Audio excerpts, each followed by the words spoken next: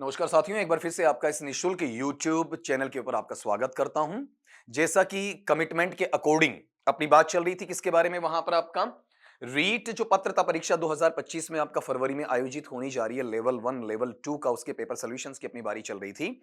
-05 मैंने कर दिया है, -06 है वो मैंने कर दिया है, -07 08 09 यहां तक सोल्व करवा दिया है। करीब करीब इसका डेट रहा होगा 19 तारीख के आसपास का, 19 के आसपास जो आपका पेपर वहां पर लगा हुआ है। ऐसा तारीख आगे पीछे हो सकती है, डजंट मैटर, इस बात से कोई फर्क नहीं पड़ेगा। 19 जनवरी का पेपर है, उसको मैं सोल्यूशन आपका यहां पर दे रहा हूं। तो इसमें सवाल थोड़े ज्यादा हैं, कुछ आपका सेक्शन मेथोडोलॉजी से जुड़ा हुआ है, जिसके अंदर आपकी छठी यूनिट है, उसमें एक टॉपिक लगा हुआ है जिसका नाम है रेमेडियल टीचिंग।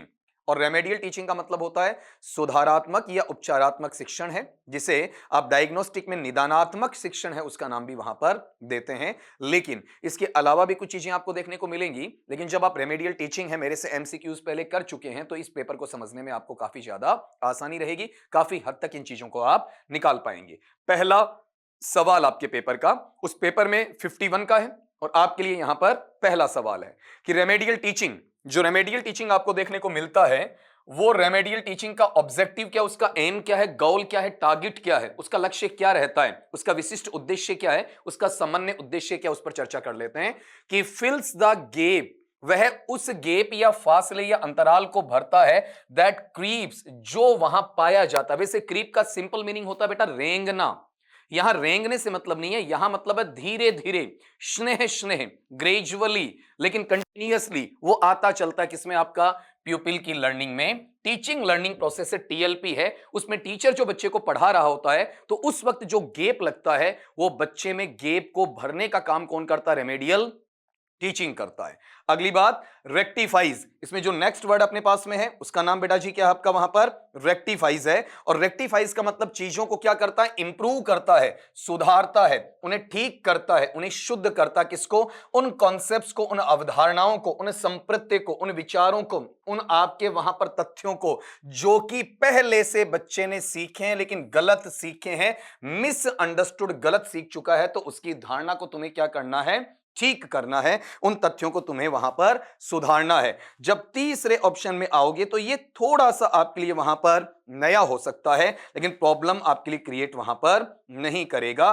कौन सी चीजें? हेल्प्स, वो मदद करता है किस चीज में? इन रिटेनिंग, बनाए रखने में, यथावत अवस्था में, जहां पर होमोजीनिटी होती है।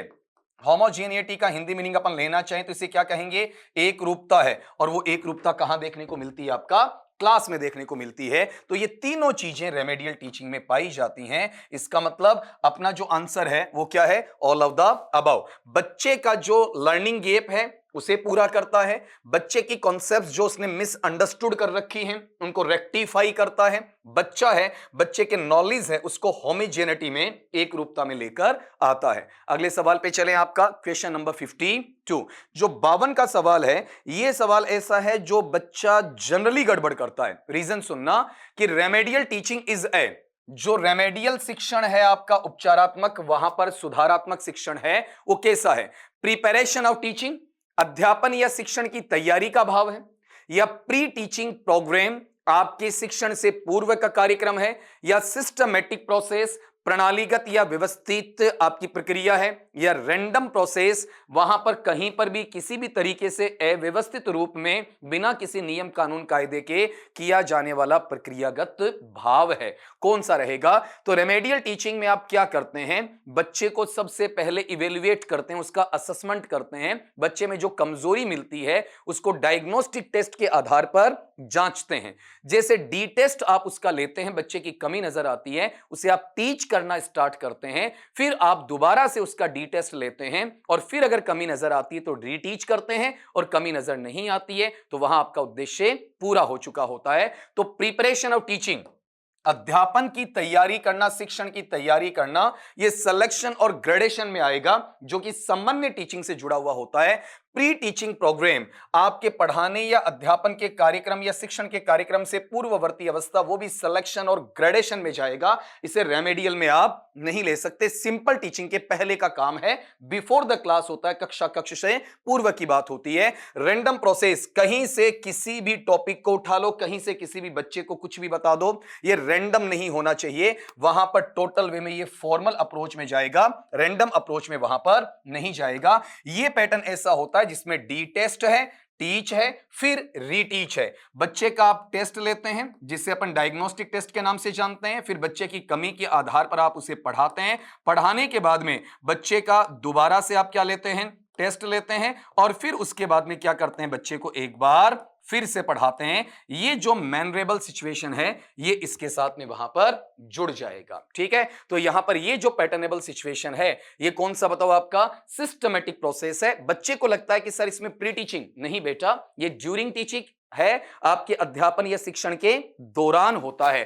प्रिपरेशन ऑफ टीचिंग, सिलेक्शन और ग्रेडेशन में चला जाएगा। जो पैटर्न आपका रेमेडियल की बजाय जनरल टीचिंग से जुड़ा हुआ माना जाता है। क्वेश्चन नंबर 53 पे आ जाएं। Remedial teaching refers to teaching, remedial teaching में कौन से शिक्षण का प्रसंग बताया जाता है, कौन से शिक्षण पे ध्यान आपका वहां पर दिया जाता है, किस टाइप के बच्चों को वहां पर पढ़ाया जाता है। देखो, to help bright learners to excel, कि आपके पास में ऐसे बच्चे जो कि एक्सेल आगे निकलना जानते हैं, आगे निकलते भी हैं, जिनका इंटेलिजेंस क्वोशंट है, इंटेलिजेंट होते हैं, कुशाग्र बुद्धि के धनी होते हैं। ऐसे ब्राइट लर्नर्स को, ऐसे उज्जवल भविष्य रखने वाले कुशाग्र बुद्धि के विद्यार्थियों को आप पढ़ाते हैं। क्यों भाई, उन्हें तो रेमेडियल की आवश्यकता है नहीं, वो तो पहले से परफेक्ट है ना। तो पहले से परफेक्ट बच्चे को पढ़ाने की आवश्यकता आपको पड़ती ही नहीं है, तो ये चीज यहां पर बाहर होगी। यहां पर ब्राइट स्टूडेंट के लिए रेमेडियल नहीं होता है। टू टेस्ट लर्नर्स पीरियोडिकली, आवधिक आधार पर, समयावधि के आधार पर, टर्मिनल नेचर के अंदर आप बच्चों को जांचते हैं। तो ये जो नेचर है ये तो बेटा आपका किसका होता है, समेटिव टेस्ट का होता है। आपका टेस्ट का इवेल्युएशन का जो आपका प्रकार होता है उसके अंदर इसे वहां पर आपका काम में लिया जा सकता है, उसके साथ में इन चीजों का आपको जोड़ा जा सकता है। तो ये पार्ट भी यहां पर इसके साथ में ऐड नहीं होगा। फिर to address gaps in learning, जहां पर लर्निंग या अधिगम की प्रक्रिया चल रही होती है, बच्चे के सीखने में और टीचर के सिखाने में जो फासला आता है, जो आपका गैप आता है, उसको आप संबोधित भी करते हैं, उसे आप पूरा भी करते हैं, उस खाई को आप पाड़ते हैं। बिल्कुल यही काम रेमेडियल टीचिंग में किया जाता है। और फिर अगली बात कि सर चौथे में हमें कंफ्यूजन है, बिल्कुल नहीं होगा। ऐसी कक्षा जो कि आपके रेगुलर स्कूल आवर्स के बाद लगाई जाती है, नियमित विद्यालय के जो समय है उसके बाद में लगाई जाती है, तो बेटा वो रेमेडियल क्यों, वो तो एक्स्ट्रा क्लास भी हो सकती है, इंटरवल में भी लग सकती है, आपके प्रेयर में भी लग सकती है, प्रेयर के पहले भी लग सकती है, क्लास के बाद में लग सकती है, छुट्टी के दिन संडे वगैरह हैं, जीएच गवर्नमेंट हॉलीडेज होते हैं, उन दिन भी आपका लगाया जा सकता है वहां पर। तो ये चीज तो केवल रेमेडियल नहीं, क्या हो सकता है आपका वहां पर, अपने लिए सिंपल टीचिंग में एक्स्ट्रा क्लासेस भी काउंट हो सकती हैं। तो केवल और केवल आफ्टर द क्लास पढ़ाना ये रेमेडियल टीचिंग नहीं है। रेमेडियल टीचिंग वो है जो बच्चे के लर्निंग या गैप को क्या करता है, पूरा करता, कवर करता। देखो पेपर सेटर ने क्या किया, यहां वाले पार्ट में ये जो चीज आपसे पूछी ना, कौन सा 51 में, इसमें देखो एक कथन दे दिया और इसी कथन से तुम्हारा ये सवाल वहां पर बना लिया कि to address gaps in learning. Actual में यहां जो एड्रेस है, एड्रेस का मतलब प्रॉपर वे में यहां पर पते या संबोधन से नहीं है, बल्कि चीजों को क्या करना, आपका फुलफिल करना, इसके साथ में वहां पर जोड़ा जाता है। तो पूरा करने के लिए इसे लिया जा सकता है। क्वेश्चन नंबर आपका 54 54 का सवाल है। अपना आंसर पहले आप दे के रखा करो ताकि मैं इजीली आपको वहां पर समझा सकूं। टीचर्स कैन रेमेडिएट, अध्यापक या शिक्षक हैं वो आपका सुधारात्मक या उपचारात्मक शिक्षण उपलब्ध करवा सकते हैं फॉर द स्टूडेंट्स, उन विद्यार्थियों के लिए जो कि लैंग्वेज लर्निंग में डिफिकल्टी प्राप्त करते हैं, उन्हें परेशानी होती है। क्या करते हुए ऐसा काम वहां पर वो कर सकते हैं। रेमेडियल टीचिंग कैसी होती है बेटा, आपका इंडिविजुअल होती है, व्यक्तिगत आधार पर चलती है। इसके लिए एक प्रोग्राम चलता है जिसे अपन नाम किसका देते हैं, आईईपी, इंडिविजुअलाइज्ड एजुकेशनल प्रोग्राम। व्यक्तिगत आधारित या फिर व्यक्ति आधारित जो शैक्षणिक कार्यक्रम है उसका उन्नयन होता है, उस चीज को आगे बढ़ाने की प्रक्रिया है, उसे जारी रखा जाता है, अनवरत तौर पर रखा जाता है, जो आगे चलकर सीसीई का हिस्सा भी बना। कंटिन्यूअस एंड कॉम्प्रिहेंसिव इवैल्यूएशन की बात करते हैं, सतत एवं व्यापक मूल्यांकन की बात वहां की जाती है, उसके साथ भी जोड़ा जा सकता है। तो यहां पर ये जो प्रोग्रेस है, ये जो आपका नेचर है, वो बच्चे का सामूहिक नहीं होगा, पूरी क्लास का नहीं होगा, ग्रुप का नहीं होगा, मेनली किसी पेयर का नहीं होगा, बल्कि ये मैनर कैसा होना चाहिए आपका, इंडिविजुअल प्रोग्रेस की बात है, उस पर आपको फोकस करना होता है। अगली चीज कि बच्चे को पढ़ाने के लिए आप क्या दे दो, नोट्स। ये तो सबसे बड़ी कमी है, बच्चे को पढ़ाने की बजाय आप हाथ में क्या पकड़ाते हो, नोट्स पकड़ाते हो। ये बच्चे को पंगु बनाते हो, बच्चे को कमजोर वहां पर बनाते हो। Giving information as reading only, केवल बच्चे को सूचना देते हो, उसका मैसेज संदेश देते हो, उसका स्कीमा देते हो, उसका नॉलेज देते हो। कैसे? केवल रीडिंग करके, वाचन करके। मॉडल रीडिंग या आदर्श वाचन आपने कर दिया तो क्या बच्चा सीख जाएगा? नहीं सीखेगा। आपने यहां से 2 काट दिए तो ऑल ऑफ द अबव का कोई कारण नहीं बनता है। और ये मैंने आपको कहा कि नेगेटिव मार्किंग नहीं है, तो क्वेश्चन तो अटेम्प्ट आपको करना ही करना है। तो क्या होगा, बच्चे का इंडिविजुअल प्रोग्रेस है, उस पर आपको फोकस करना पड़ेगा। नेक्स्ट सवाल पे आ जाएं।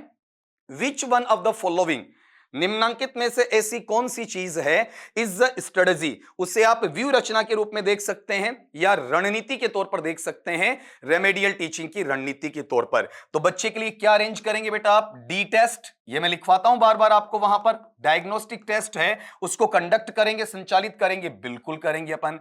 कंडक्टिंग प्रोग्राम्ड टेस्ट, आपने वहां पर डी टेस्ट लिया, बच्चे को पढ़ाया, उसके बाद में दोबारा से जो आपका रीटेस्ट आता है, तो जो सुनियोजित आपका परख लिया जाता है, वो भी इसके साथ में जुड़ता है, बाकायदा जुड़ता है। तो दोनों प्रकार के टेस्ट वहां पर रखे जाते हैं, डायग्नोस्टिक भी रखा जाता है, प्रोग्राम्ड भी आपका रखा जाता है। तो अकेला वहां पर अपन एक किसी को नहीं बोलेंगे। तो इसमें आंसर कौन सा बेटा आपका? तीसरे वाला। अब ये दोनों सही है तो मैंने काट नहीं रहा हूं, दोनों को मिलाकर मेरा आंसर क्या बनाया, बोथ 1 एंड 2। कुछ टाइम पहले मैंने आपके रेमेडियल टीचिंग के एमसीक्यूज के कुछ क्वेश्चंस करवाए हैं, आप उनको बेटा रिलेट करना इस माइनर टेस्ट के साथ में, आप इजीली उनको सॉल्यूशन दे पाओगे। अगली चीज पे आना, विच one of the following is a part of remedial teaching, निम्नांकित में से जो रेमेडियल टीचिंग है उसका कौन सा वहां पर हिस्सा है, कौन सी चीज आपको वहां पर देखने को मिलती है जो रेमेडियल टीचिंग से जुड़ी हुई है। पढ़ना जरा इसे आपका, rectifying a particular problematic area. जब भी आप रेमेडियल टीचिंग करते हैं तो विशेष आधार पर जो समस्यागत आपका क्षेत्र होता है, जिस बिंदु पर बच्चे को प्रॉब्लम होती है, बैरियर आता है, ऑब्स्टेकल आता है, हिंड्रेंस आता है, उसकी डीमेरिट, उसका डिसएडवांटेज है, उसकी डेफिशिएंसी है, उसकी प्रोग्रेस का स्लो होना है, उसे स्लो लर्नर बनाना है, ऐसी दिक्कतें आती हैं। उन चीजों को पहचानना और पहचानने के बाद में उन्हें रेक्टिफाइंग मतलब टू करेक्ट, उन्हें सही करना, उन्हें इंप्रूव करवाना। दूसरा जो उसकी लर्निंग स्किल्स होती हैं, LSRW, लिसनिंग, स्पीकिंग, रीडिंग और राइटिंग, उन सारी चीजों को क्या करवाना, इंप्रूव करवाना। तो ये फैक्टर भी वहां होता है, ये फैक्टर भी वहां होता है। तो आंसर क्या है, बोथ 1 एंड 2, दोनों चीजें वहां पर हमें देखने को मिलती हैं। कितना आसान होती चलेंगी आपकी चीजें। क्वेश्चन नंबर आपका बेटा 57, क्वेश्चन थोड़े ज्यादा हैं तो थोड़ा सा स्पीड बढ़ा के रखूंगा। When remedial teaching should be carried out, आपकी रेमेडियल टीचिंग है, उसे कब लागू किया जाना चाहिए, कब आपका काम में लिया जाना चाहिए, कब करेंगे आपका वहां पर? सुनना जरा, क्या क्या रेमेडियल टीचिंग अपने पास में टेक्स्ट पाठ्य पुस्तक है, उसको पढ़ाना, उसका जनरल टेस्ट लेना, उसके बाद में आपका आना चाहिए क्या, उसकी पहचान हो जाती है? ठीक है, नहीं, टेक्स्ट का इससे कोई रिलेशन नहीं, ये ध्यान रखना। रेमेडियल टीचिंग में प्रॉपर वे में टेक्स्ट का आइडेंटिफिकेशन करना, ये इसमें काउंट नहीं होता। जब पहला ऑप्शन कटेगा तो दूसरा भी कटेगा। कैसे कटेगा वहां पर? फिर से किसकी बात कर रहा अगला? टेक्स्ट के आइडेंटिफिकेशन की नहीं आएगी ना। यहां पर एक चीज तो सत्य है, कौन सी? लर्निंग। अगर लर्निंग में कोई प्रॉब्लम आ रही है तो आप वहां पर उसके बारे में कमी को जान सकते हैं, लेकिन लर्निंग का आइडेंटिफिकेशन करना है या लर्निंग में कोई कमी आ रही है, कोई व्यवधान पड़ रहा है, बच्चा नहीं सीख पा रहा है, उसी के बारे में तो काम करेंगे ना आपका। तो आपको ये कब मिलना चाहिए? राइट आफ्टर, बिल्कुल ठीक बाद में, जब आपको पहचान हो जाए कि मेलेडी आपको क्या कमी मिली, जिसका निदान करना है, जिसका इलाज करना है, उपचार करना है, जिसे ट्रीट करना है, जिसे नई अप्रोच, नई मेथड के साथ में, नए उपागम के साथ में, नई विधि के साथ में पढ़ाना है, उसकी लैंग्वेज या भाषा के साथ में, और उसके कॉजेज का मतलब उसके कारणों के साथ में। तो बिल्कुल आप भाषा में आने वाली परेशानी है उनको पकड़े, उनको परिचय करें आपका, और उसके बाद में उनके कारणों का पता लगाएं और उन कारणों को ठीक करने का काम भी वहां पर करें आपका, कि इस कारण से ये दिक्कत हुई है तो इस दिक्कत को इस तरीके से दुरुस्त किया जा सकता है। अगली बात, right after the identification of merits of the teacher, अध्यापक में क्या गुण है, क्या विशेषता है, इसका तो रेमेडियल टीचिंग से मतलब नहीं है। रेमेडियल टीचिंग टीचर के लिए अरेंज होता है कि लर्नर के लिए, शिक्षक के लिए होता है या अधिगमकर्ता के लिए होता है? अधिगमकर्ता के लिए होता है। तो ये चीज यहां से हट जाएगी। ठीक है, अपना आंसर क्या रहेगा? Right after the identification of melody of language and its causes. Question number आपका 58 का है, देखना जरा 58 का सवाल क्या है?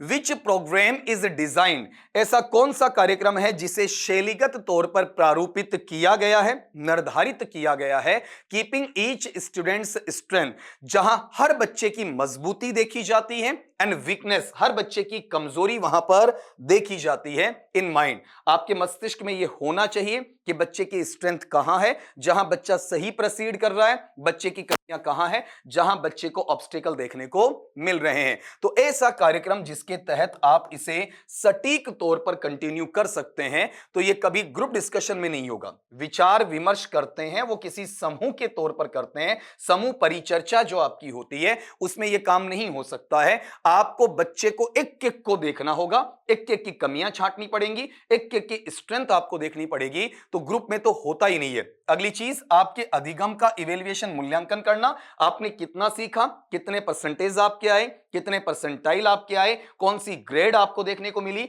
तो ये समेटिव इवेल्युएशन का हिस्सा है, रेमेडियल टीचिंग का हिस्सा नहीं है। तो वहां वाले पार्ट में बच्चा है वो आपका कितना मजबूत है, कितना कमजोर है, आईईपी इंडिविजुअलाइज्ड एजुकेशनल प्रोग्राम के तहत ये किस में चला जाएगा? रेमेडियल टीचिंग में। आपको फिर से इस चीज को याद दिला दूं कि बच्चे की वीकनेस ढूंढना ही रेमेडियल टीचिंग नहीं है। रेमेडियल टीचिंग का जो आपका बाइपोलर प्रोसेस है उसमें यह भी देखा जाता है बच्चा किन चीजों में अच्छा है और किन चीजों में अच्छा नहीं है। क्वेश्चन नंबर 59 का, remedial classes are very helpful. Remedial classes हैं वो काफी ज्यादा आपका मददगार होती हैं, काफी ज्यादा अच्छी वहां पर मानी जाती हैं फॉर द स्टूडेंट्स, उन बच्चों के लिए हु आर, जो होते हैं, क्या होते हैं बताओ आपका? जो बच्चे स्कूल को पास आउट कर गए। तो आपको यह ध्यान देना है, रेमेडियल टीचिंग स्कूल के अंदर रहते हुए मिलेगी। जब बच्चा पढ़ रहा है तो उस वक्त क्या होना चाहिए? उसकी कमियां हैं उनको जांचना आना चाहिए और उन्हें दुरुस्त करना आना चाहिए। तो स्कूल पास आउट करने के बाद में बच्चे को रेमेडियल टीचिंग नहीं दी जा सकती है। ये कि ये चीज यहां देखो, जिस बच्चे ने पढ़ाई अपनी बीच में छोड़ दी है, ड्रॉप आउट है, उसको भी नहीं मिलेगा। किसको वहां पर मिलना चाहिए? उससे पहले एक चीज अपन और काटेंगे, poor and can not afford formal classes, जो औपचारिक स्तर पर आपका अकादमिक स्तर पर कक्षाओं का निर्वहन किया जाता है, कक्षाओं का वहां पर अरेंजमेंट किया जाता है, कक्ष का जो शिक्षण करवाया जाता है, उन गरीब बच्चों के द्वारा जो इसे अफोर्ड नहीं कर सकते हैं, जो पॉवर्टी स्ट्रिकन होते हैं, गरीबी से पीड़ित होते हैं, उनके पास इतना पैसा नहीं होता है कि वो आपके स्कूल में एडमिशन ले सकें, उन बच्चों को रेमेडियल नहीं, वो बेटा इनफॉर्मल एजुकेशन होती है, अनौपचारिक शिक्षा कहलाती है, वो एक अलग हिस्सा होता है। तो ऐसे बच्चों को रेमेडियल टीचिंग दी जाती है जो समर्थ नहीं होते हैं, सक्षम नहीं होते हैं। वहां पर किस चीज में? आपकी निर्धारित और आवश्यकता के अनुसार मिलने वाली ग्रेड्स, जिस लेवल तक टीचर ने उनके ऑब्जेक्टिव रख रखे हैं, जिस लेवल तक टीचर ने उनका एम स्पेसिफिक या जेनेरिक एम रख रखा है, वो अगर उसे अचीव नहीं होता है तो वहां पर उस बच्चे को उस लेवल पर लाने के लिए, उसे एक इक्वलिटी का भाव देने के लिए रेमेडियल क्लासेस को अरेंज करवाया जा सकता है। क्वेश्चन नंबर आपका 60, what is the aim of remedial teaching? Remedial teaching का उद्देश्य क्या होता है, उसका लक्ष्य वहां पर क्या होता है? गौर करो, आपका लक्ष्य यह नहीं है कि आप वहां प्रॉब्लम को डायग्नोस करें, जांचना आपका एक चरण है। अगर आप जांचेंगे ना तो उसके बाद आपको पता चलेगा किस बात का वहां पर कि रेमेडियल टीचिंग करवानी है या नहीं करवानी। तो एक स्टेप मात्र है, एक चरण मात्र है, तो ये एम नहीं है, ये स्टेप कहलाएगा। अगले ने हमसे क्या पूछा वहां पर, उसका लक्ष्य या उद्देश्य क्या है? अगली बात, गाइडिंग द लर्नर्स, अधिगमकर्ता जो हैं उन्हें इस बात के लिए मार्गदर्शन देना कि हाउ टू इंप्रूव, कि किस प्रकार से इंप्रूव किया जाए, किस प्रकार से इनका सुधार किया जाए, ये इसके साथ जुड़ेगा, बाकायदा वहां पर जुड़ेगा। फिर अगला जो आपका फंक्शन है कौन सा? रीटीच करेक्टली लर्न्ड स्किल्स, सही तौर पर आपने चीजें सीख रखी हैं, उन कौशल हैं उनको दोबारा पढ़ाना, तो यहां पढ़ाया जाएगा दोबारा किसको? जो आपने लर्न नहीं कर रखा है, जो आपको ऑलरेडी लर्न हो रखा है ना, उसको पढ़ाने की बात यहां पर नहीं आती है। तो अपना क्वेश्चन कि what is the aim of remedial teaching, that will be guiding the learners how to improve. Next question की तरफ बढ़िएगा। A diagnostic test in English intends to identify blank space so that the teacher can plan his remedial classes। थोड़ा सा length पे question बना दिया गया, लेकिन question उतना ही आसान बना है। एक काम तो आप बच्चे ये करेंगे कि यहां पर अपने पास में जो एस लिखा हुआ है इसको थोड़ा ठीक कर ले। ये अपर केस में नहीं आएगा, लोअर केस में आएगा। आपकी सिंपल जो जेनेरिक लैंग्वेज आपकी देखते हैं उस भाषा के अंदर इसे आप स्मॉल लेटर का नाम दे दिया करते हैं। अब इस सवाल को समझना, एक जो डी टेस्ट है, एक जो आपका वहां पर डायग्नोस्टिक टेस्ट आपको देखने को मिलता है, अगर उसकी अपन बात कर रहे हैं ना वहां पर, तो डायग्नोस्टिक टेस्ट किसमें? आपका इंग्लिश या अंग्रेजी भाषा में। वो वहां पर आपका इस इरादे के लिए, इस उद्देश्य विशेष के लिए होता है जहां पर चीजों को आप आइडेंटिफाई करें, उनको पहचाने। इसलिए पहचाने ताकि जो टीचर है अपनी योजना बना सके, किस खातिर रेमेडियल क्लासेस है उनका इंतजाम करने के लिए, उनका वहां पर पूरा का पूरा अरेंजमेंट करने के लिए। तो वहां किसको बताएगा? पहली बात यहां पर गौर करना, क्या लिखा हुआ है? इंटेलिजेंट लर्नर्स, क्या कुशाग्र बुद्धि के विद्यार्थी हैं, उनके लिए वहां पर ये डी टेस्ट रखा जाता है? नहीं रखा जाता है। या फिर the topic which the learner has not learn by heart, ऐसा टॉपिक या ऐसा बिंदु, देखो बीच बीच में से मैं काट के सिखा रहा हूं कि ऑप्शन कैसे काटे जाने चाहिए। जहां पर लर्नर है उसने उसको बाई हार्ट, ये एक फ्रेज है बेटा, यहां सीखना। जब मेरे पास में बाई हार्ट लिखा जाता है ना, तो इसे कभी भी आप इंग्लिश के अंदर ऐसा नहीं बोलेंगे हृदय के द्वारा, ऐसा नहीं पढ़ा जाएगा। इसे अपन पढ़ते हैं तो इसे बताओ क्या कहा जाएगा? आपका कंठस्थ करना। इसका जो सेंस अपने पास में है ना, वो क्या रहेगा? कंठस्थ करना, आपका लॉन्ग टर्म मेमोरी की तरफ बढ़ना। कहीं ना कहीं मेमोराइजेशन का भाव भी आता है, क्रैमिंग का भाव भी आता है, राउट लर्निंग का भाव भी आता है। तो बाई हार्ट का मतलब दिल के द्वारा, हृदय के द्वारा नहीं होता है, बल्कि पूर्णतया कंठस्थ कर लेना होता है। तो कोई ऐसा टॉपिक जो बच्चे ने कंठस्थ नहीं किया है उसके बारे में जांचना नहीं। तो यहां दो बचे, स्लो लर्नर्स जो धीमी गति से सीखते हैं, उन लर्नर्स के लिए रेमेडियल टीचिंग तो हो तो सकती, लेकिन होती कब है? खाली स्लो लर्नर होने से नहीं होती है, बल्कि हमारी टीचिंग रेमेडियल के रूप में आएगी तो कब आएगी? जब बच्चे को डिफिकल्टी आती है कि वो सेकंड लैंग्वेज, अपना target language, non native language, alien language, foreign language है, उसको सीखने में उसे वहां पर क्या आती है?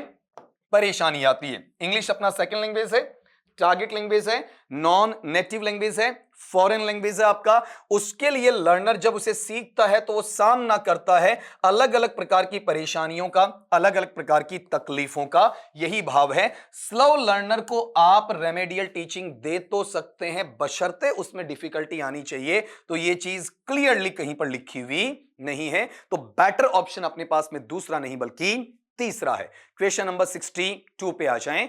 रेमेडियल क्लासेस, जो रेमेडियल क्लासेस होती हैं या सुधारात्मक कक्षाएं या उपचारात्मक कक्षाएं आपके पास में होती हैं, प्ले इंपॉर्टेंट रोल फॉर, ये यहां पर महत्वपूर्ण भूमिका निभाती हैं। किसके लिए रेमेडियल क्लासेस किसके लिए रखी जाती हैं? बताओ, इंटेलिजेंट बच्चों के लिए रखी जाती हैं क्या?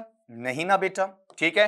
क्या उन बच्चों के लिए जो ब्राइट स्टूडेंट्स कहलाते हैं आपका? नहीं ना। क्या टीचर्स के लिए हो सकती हैं क्या? नहीं ना। सोसाइटी तो स्कूल से बाहर का पक्ष है, उसके लिए तो नहीं होगा ना। बच्चा सोसाइटी में जाके डील जरूर करेगा, सोसाइटी में इस चीज का निर्वहन जरूर करेगा, लेकिन सोसाइटी के लिए रेमेडियल क्लासेस नहीं होती हैं। रेमेडियल क्लासेस उन बच्चों के लिए होती हैं जो क्या करते हैं? Lag behind. लैग बिहाइंड का मतलब बच्चे क्या हो जाते हैं? पढ़ाई के अंदर पिछड़ जाते हैं, बैकवर्ड हो जाते हैं। आपका कहीं ना कहीं कोई टॉपिक उन्हें समझ में नहीं आता है, दिक्कतें आ जाती हैं। उन बच्चों के लिए हम क्या रखते हैं? रेमेडियल क्लासेस रखते हैं। Question number 63, why is it important for a teacher, एक अध्यापक के लिए यह बात महत्वपूर्ण क्यों होती है?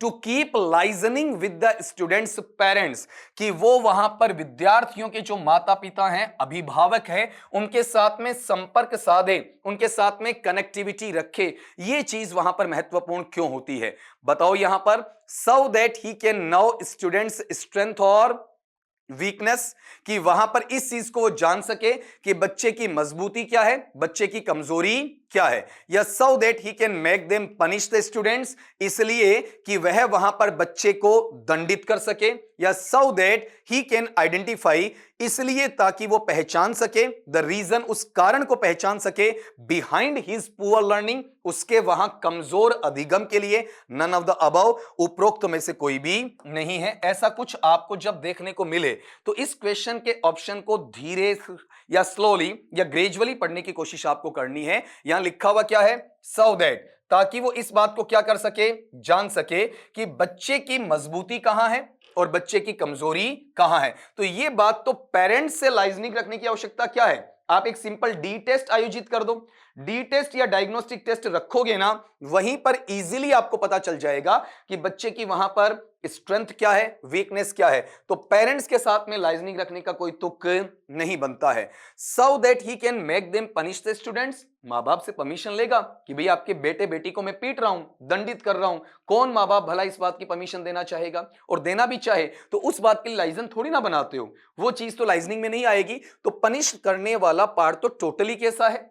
नेगेटिव है। साइकोलॉजिकली क्या है? नेगेटिव है। आप और मैं इसे इस्तेमाल जरूर कर सकते हैं, लेकिन शारीरिक तौर पर जो आपका कॉर्पोरियल दंड दिया जाता है वो वहां थोड़ा सा नेगेटिव शेड लाता है, जो बच्चे को वहां पर निर्लज्ज भी बना सकता है, बच्चे को वहां पर थोड़ा सा एरोगेंसी की तरफ भी बढ़ा सकता है, आपके खिलाफ भी लेकर जा सकता है, या फिर थोड़ा ढीठता जहां पर आती है उसकी तरफ भी वहां बढ़ सकता है। आप केवल मां बाप से रिलेशन या फिर मां बाप से कंटैक्ट या मां बाप से आपका लाइजन इसलिए बढ़ाना चाहते हैं कि आप ये पहचान सकें कि इसकी पुअर लर्निंग का कारण क्या रहा है, इसका बैकग्राउंड क्या रहा है। इसकी खातिर आप मां बाप के साथ में, उसके अभिभावकों के साथ में क्या बढ़ाते हैं? लाइजनिंग बढ़ाते हैं। एक वर्ड सीखिएगा, लाइजनिंग। तो ये जो वर्ड आया ना तुम्हारे पास, कौन सा? लाइजन। इसकी स्पेलिंग बहुत सारे बच्चों को वहां पर आती नहीं है, इसका ध्यान आपको रखना है। Question number 64, which one of the following is not a part of remedial teaching? इन चार में से एक कथन ऐसा है, एक बात ऐसी है जो रेमेडियल टीचिंग का हिस्सा नहीं है। कौन सा नहीं है? यहां गौर करना, इसमें आपके लिए एक इशू आया हुआ है, उस इशू को आप ठीक कर लेवें कि जब भी अगले ने कहा कि रेमेडियल टीचिंग है, रेमेडियल टीचिंग के अंदर कौन सा काम नहीं होता है, इसका पार्ट वहां पर कौन सा नहीं है। पहली बात कि जब आप बच्चे को पढ़ा रहे, कौन सा पार्ट? जो आपने पहले उन्हें पढ़ाया नहीं है उसे बिल्कुल ताजा तरीके से पढ़ाएं नहीं, ऐसा रेमेडियल में नहीं होता है। रेमेडियल टीचिंग में पढ़ाए हुए हिस्से में बच्चे को जहां प्रॉब्लम आ रही होती है उसे पढ़ाना होता है। जो पहले पढ़ा चुके हैं, समझ में नहीं आया, वो रेमेडियल में जाएगा। तो ये इसका आंसर बन जाता है कि ये इसमें से क्या नहीं है आपका? नोट वाला, मतलब इसका हिस्सा नहीं है। टीचिंग अ फ्रेज, सही तरीके से पढ़ाना, what has been taught earlier. सही का मतलब आपका अफ्रेश सही नहीं है, अफ्रेश का मतलब है न्यूली, नए तरीके से, तरोताजगी के साथ में आप वहां पर कहें, या एक नए सिरे से कहें, नई शुरुआत के साथ में कहें। उस चीज को पढ़ाओ जो आपने पहले बच्चों को पढ़ा दी है और बच्चों को समझ में नहीं आया। तो ये किसके अंतर्गत जाता है? आपका रीटीच के अंतर्गत जाता है। तो ये चीज तो उसका पार्ट होती है ना। फिर suspending the part of learning new items, आप क्या करते हैं? जो नए आइटम्स हैं उन नए आइटम्स का जो पार्ट है उसको लर्निंग के साथ में क्या करते हैं बताओ? आपका सस्पेंड करते हैं, वहां से हटा देते हैं। तो ये इसके करीब चला गया ना। नई चीजें आप उन्हें वहां पर पढ़ाने से क्या करते हैं? रोकते हैं। फिर अगला, प्रीफरेंस टू रीइंफोर्स्ड प्रैक्टिस, आप इस बात के लिए प्राथमिकता या वरीयता देते हैं जहां पर उस अभ्यास की बात करते हैं जहां बच्चा चीजों को क्या कर चुका है? भुला चुका है, जिन्हें पुनर्बलित करने की आवश्यकता होती है, जिनको पहले या प्रारंभ में क्या किया जाता है? इंट्रोड्यूस्ड किया जाता है या उनका परिचय करवाया जाता है। तो ये काम भी किसमें होता है? आपका रेमेडियल में होता है। तो ये तो उसका पार्ट है। अब अपना सवाल कहां फंसा? पहले और तीसरे में फंसा। पहले में क्या लिखा? Teaching afresh what has not been taught earlier, उन चीजों को जिन्हें आपने पहले नहीं पढ़ाया उन्हें तरोताजा तरीके से पहले आप दोबारा से पढ़ाने की कोशिश करते हैं? नहीं, पहली बार में करते हैं, दोबारा कोशिश नहीं करते हैं। तो ये टीचिंग कैसी हो गई बताओ? आपका न्यू मटेरियल की टीचिंग हो गई, जो बच्चों के पास में पहले नहीं थी। आपने कहा न्यू आइटम्स हैं, उनको आप क्या करते हो? पार्ट ऑफ लर्निंग में सस्पेंड कर रहे हो। सस्पेंड का मतलब बाहर कर रहे हो ना, उन्हें आपका निष्कासित करने का काम कर रहे हो। नए आइटम्स आप उन्हें नहीं पढ़ाते हो, तो ये उसका पार्ट नहीं है। बच्चा यहां कंफ्यूज जरूर होता है, लेकिन तीसरा इसका आंसर नहीं है। कौन सा है? पहला। आपको अगर यहां पर अपने पास में तीसरा आंसर मिलता है तो इसे आपको हटाना है। आंसर कौन सा लेना है? पहला। रेमेडियल में आप नए आइटम्स के लिए कोई जगह नहीं रखते हैं। रेमेडियल में हमेशा पुराने आइटम्स जिन्हें आप पढ़ा चुके हैं, बच्चे को समझ में नहीं आया है, तो वहां पर वो आइटम्स रखे जा सकते हैं। Question number 65। अब अपनी बात देखो, रेमेडियल वाली मैंने बता दी आपका। अब ये सीधा का सीधा मैनर किस पर आ गया? आपका इवेल्युएशन पे आ गया। इवेल्युएशन का मतलब क्या होता है? मूल्यांकन होता है। इवेल्युएशन इन एजुकेशन, शिक्षा प्रणाली है, उसके अंदर जो मूल्यांकन है वो कैसा होता है? तो बार बार आपको मैं एक शब्द सिखाता हूं, कौन सा? CCE, continuous and comprehensive evaluation, सतत एवं व्यापक मूल्यांकन। तो दो चीज तो यहीं से कवर हो जाएंगी। यहां पर कंटिन्यूअस भी होता है, कॉम्प्रिहेंसिव, और मूल्यांकन में अगर बच्चे की कमजोरी निकलती है तो आप क्या करेंगे? वहां पर उसका सहयोग करेंगे, सहयोग की प्रवृत्ति रखेंगे, कॉपरेशन रखेंगे।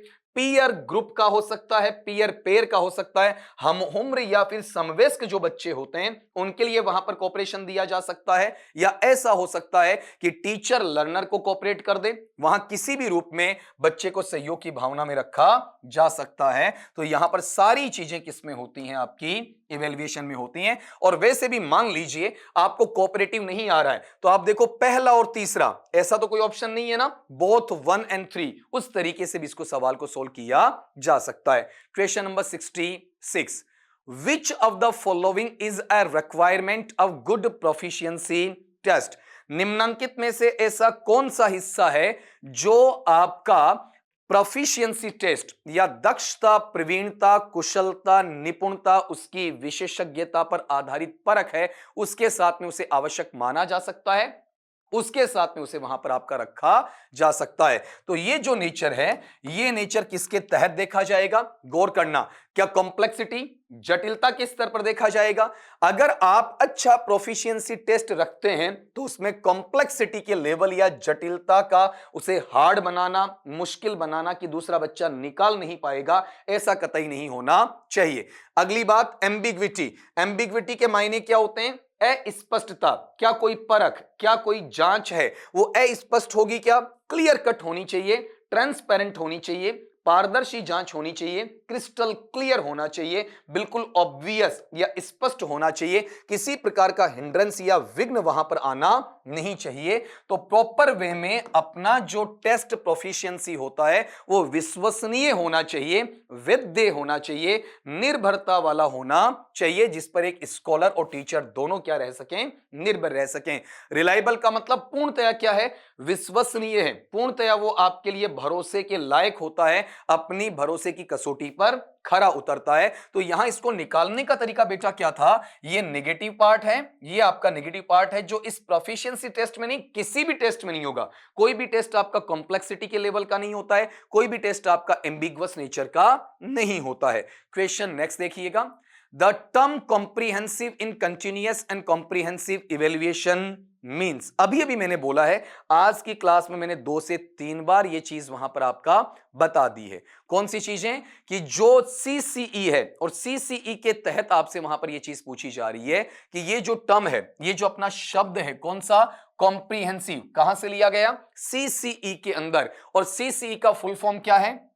कंटिन्यूअस एंड कॉम्प्रिहेंसिव इवैल्यूएशन है, सतत एवं व्यापक मूल्यांकन है। सतत का मतलब निरंतर, प्रगतिशील है, अनवरत तौर पर जारी रहता है। और कॉम्प्रिहेंसिव का मतलब जो व्यापक है, जिसमें सारे पक्ष शामिल होते हैं। तो ऐसा बच्चा जो आपकी अकादमिक कौशल की बात करता है, एकेडमिक होता है, अकॉर्डिंग टू करिकुलम है, कोर्स है, सिलेबस है, पाठ्यक्रम के तहत होता है, उसे अपन उसका स्कॉलास्टिक एरिया और उसका डेवलपमेंट कहते हैं। लेकिन वो अगर को करिकुलर है, कल्चरल एक्टिविटी के सहारे है, तो उसे अपन को स्कॉलास्टिक कहते हैं। आपका सह शैक्षिक विकास का नाम उसे वहां पर दिया जाता है, उसके भरोसे उसे वहां पर रखा जाता है। तो इसमें केवल शैक्षिक नहीं होता है, बल्कि साथ में सह शैक्षिक होता है। तो ये जो को स्कॉलास्टिक है, यह तो सह शैक्षिक आधा पक्ष हुआ, एकेडमिक अकादमिक या शैक्षिक ये आधा पक्ष हुआ, फिर से एकेडमिक को क्या बोल दिया, स्कॉलास्टिक, ये फिर से शैक्षिक आधा पक्ष हो गया।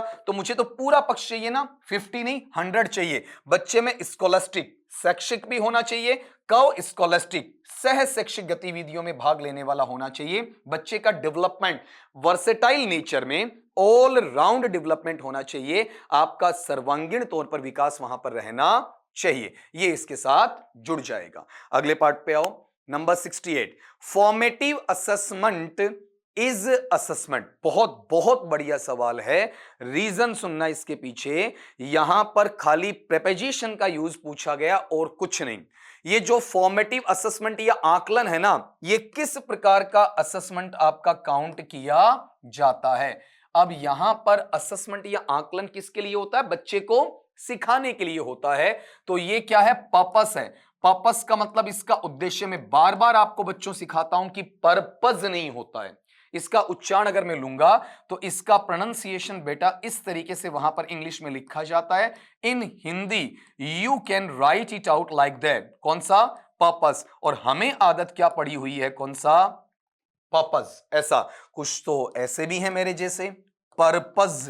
ये पूरा हाजमोला जैसा चटकारा लेकर बोलेंगे, वो चीज यहां पर अलाउ नहीं होती है। तो अब ये किसके मद्देनजर रखते हुए है, उद्देश्य के लिए। और उद्देश्य को बताने के लिए जो हमें ग्रामर में प्रीपोजिशन चाहिए होता है ना, पूर्वसर्ग, वो कौन सा होता है, फो होता है। तो यहां गौर करना, एट लर्निंग, क्या अधिगम के किनारे की बात, उसके पास जाकर रुक जाने की बात है, नहीं। क्या अधिगम में केवल एंट्री मारना है, क्या उसमें प्रवेश करना मात्र, नहीं है ना।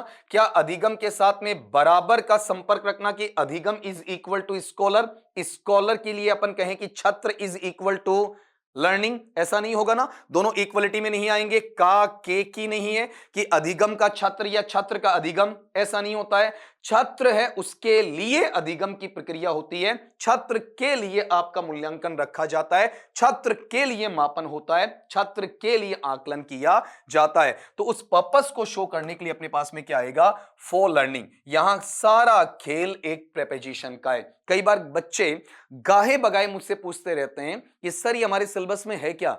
देख लो बेटा, यहां पर अपने पास में प्रेपोजिशन कहीं टॉपिक में नहीं लगा हुआ ना, आपकी पहली लैंग्वेज में लगा हुआ है, लेकिन सेकंड लैंग्वेज के अंदर ये सवाल पूछ लिया, किसका, वहां पर इवैल्यूएशन के अंदर प्रेपोजिशन डाल दी। पता है फॉर्मेटिव असेसमेंट लर्निंग का होता है, चारों विकल्पों में लर्निंग दिया हुआ है, उसके बावजूद एकमात्र जो त्रुटि छोड़ी गई है वो केवल किसकी है, प्रेपोजिशन की है। और इसलिए हमें कहीं ना कहीं से लिंक्ड टॉपिक्स हैं, उन्हें पढ़ लेना चाहिए। उसमें चूजी नहीं होना चाहिए कि ये मैं पढ़ूंगा, ये मैं छोड़ूंगा, ये सिलेबस में लिखा हुआ तो आएगा, ये नहीं लिखा हुआ तो नहीं आएगा। कई बार टॉपिक्स के बेटा सब टॉपिक्स होते हैं जिनकी जानकारी आप बच्चों को नहीं होती है, और वही आगे चलकर आपकी परेशानी का सबब भी बनता है। नेक्स्ट क्वेश्चन पे 69, द मोस्ट इफेक्टिव टूल, सबसे ज्यादा प्रभावशाली जो उपकरण है, यंत्र है, औजार कह सकते हैं, साधन कह सकते हैं, स्रोत कह सकते हैं, संसाधन वहां पर कहा जा सकता है, टू असेस वैल्यूज,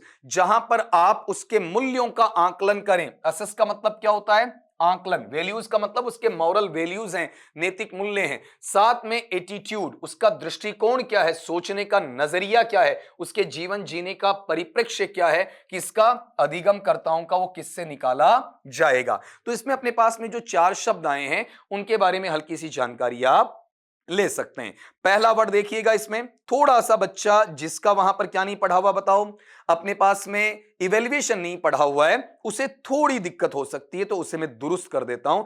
अपने पास में पहला पार्ट क्या है वहां पर, जब आप बच्चे का एनेक्डोटल रिकॉर्ड निकालते हो।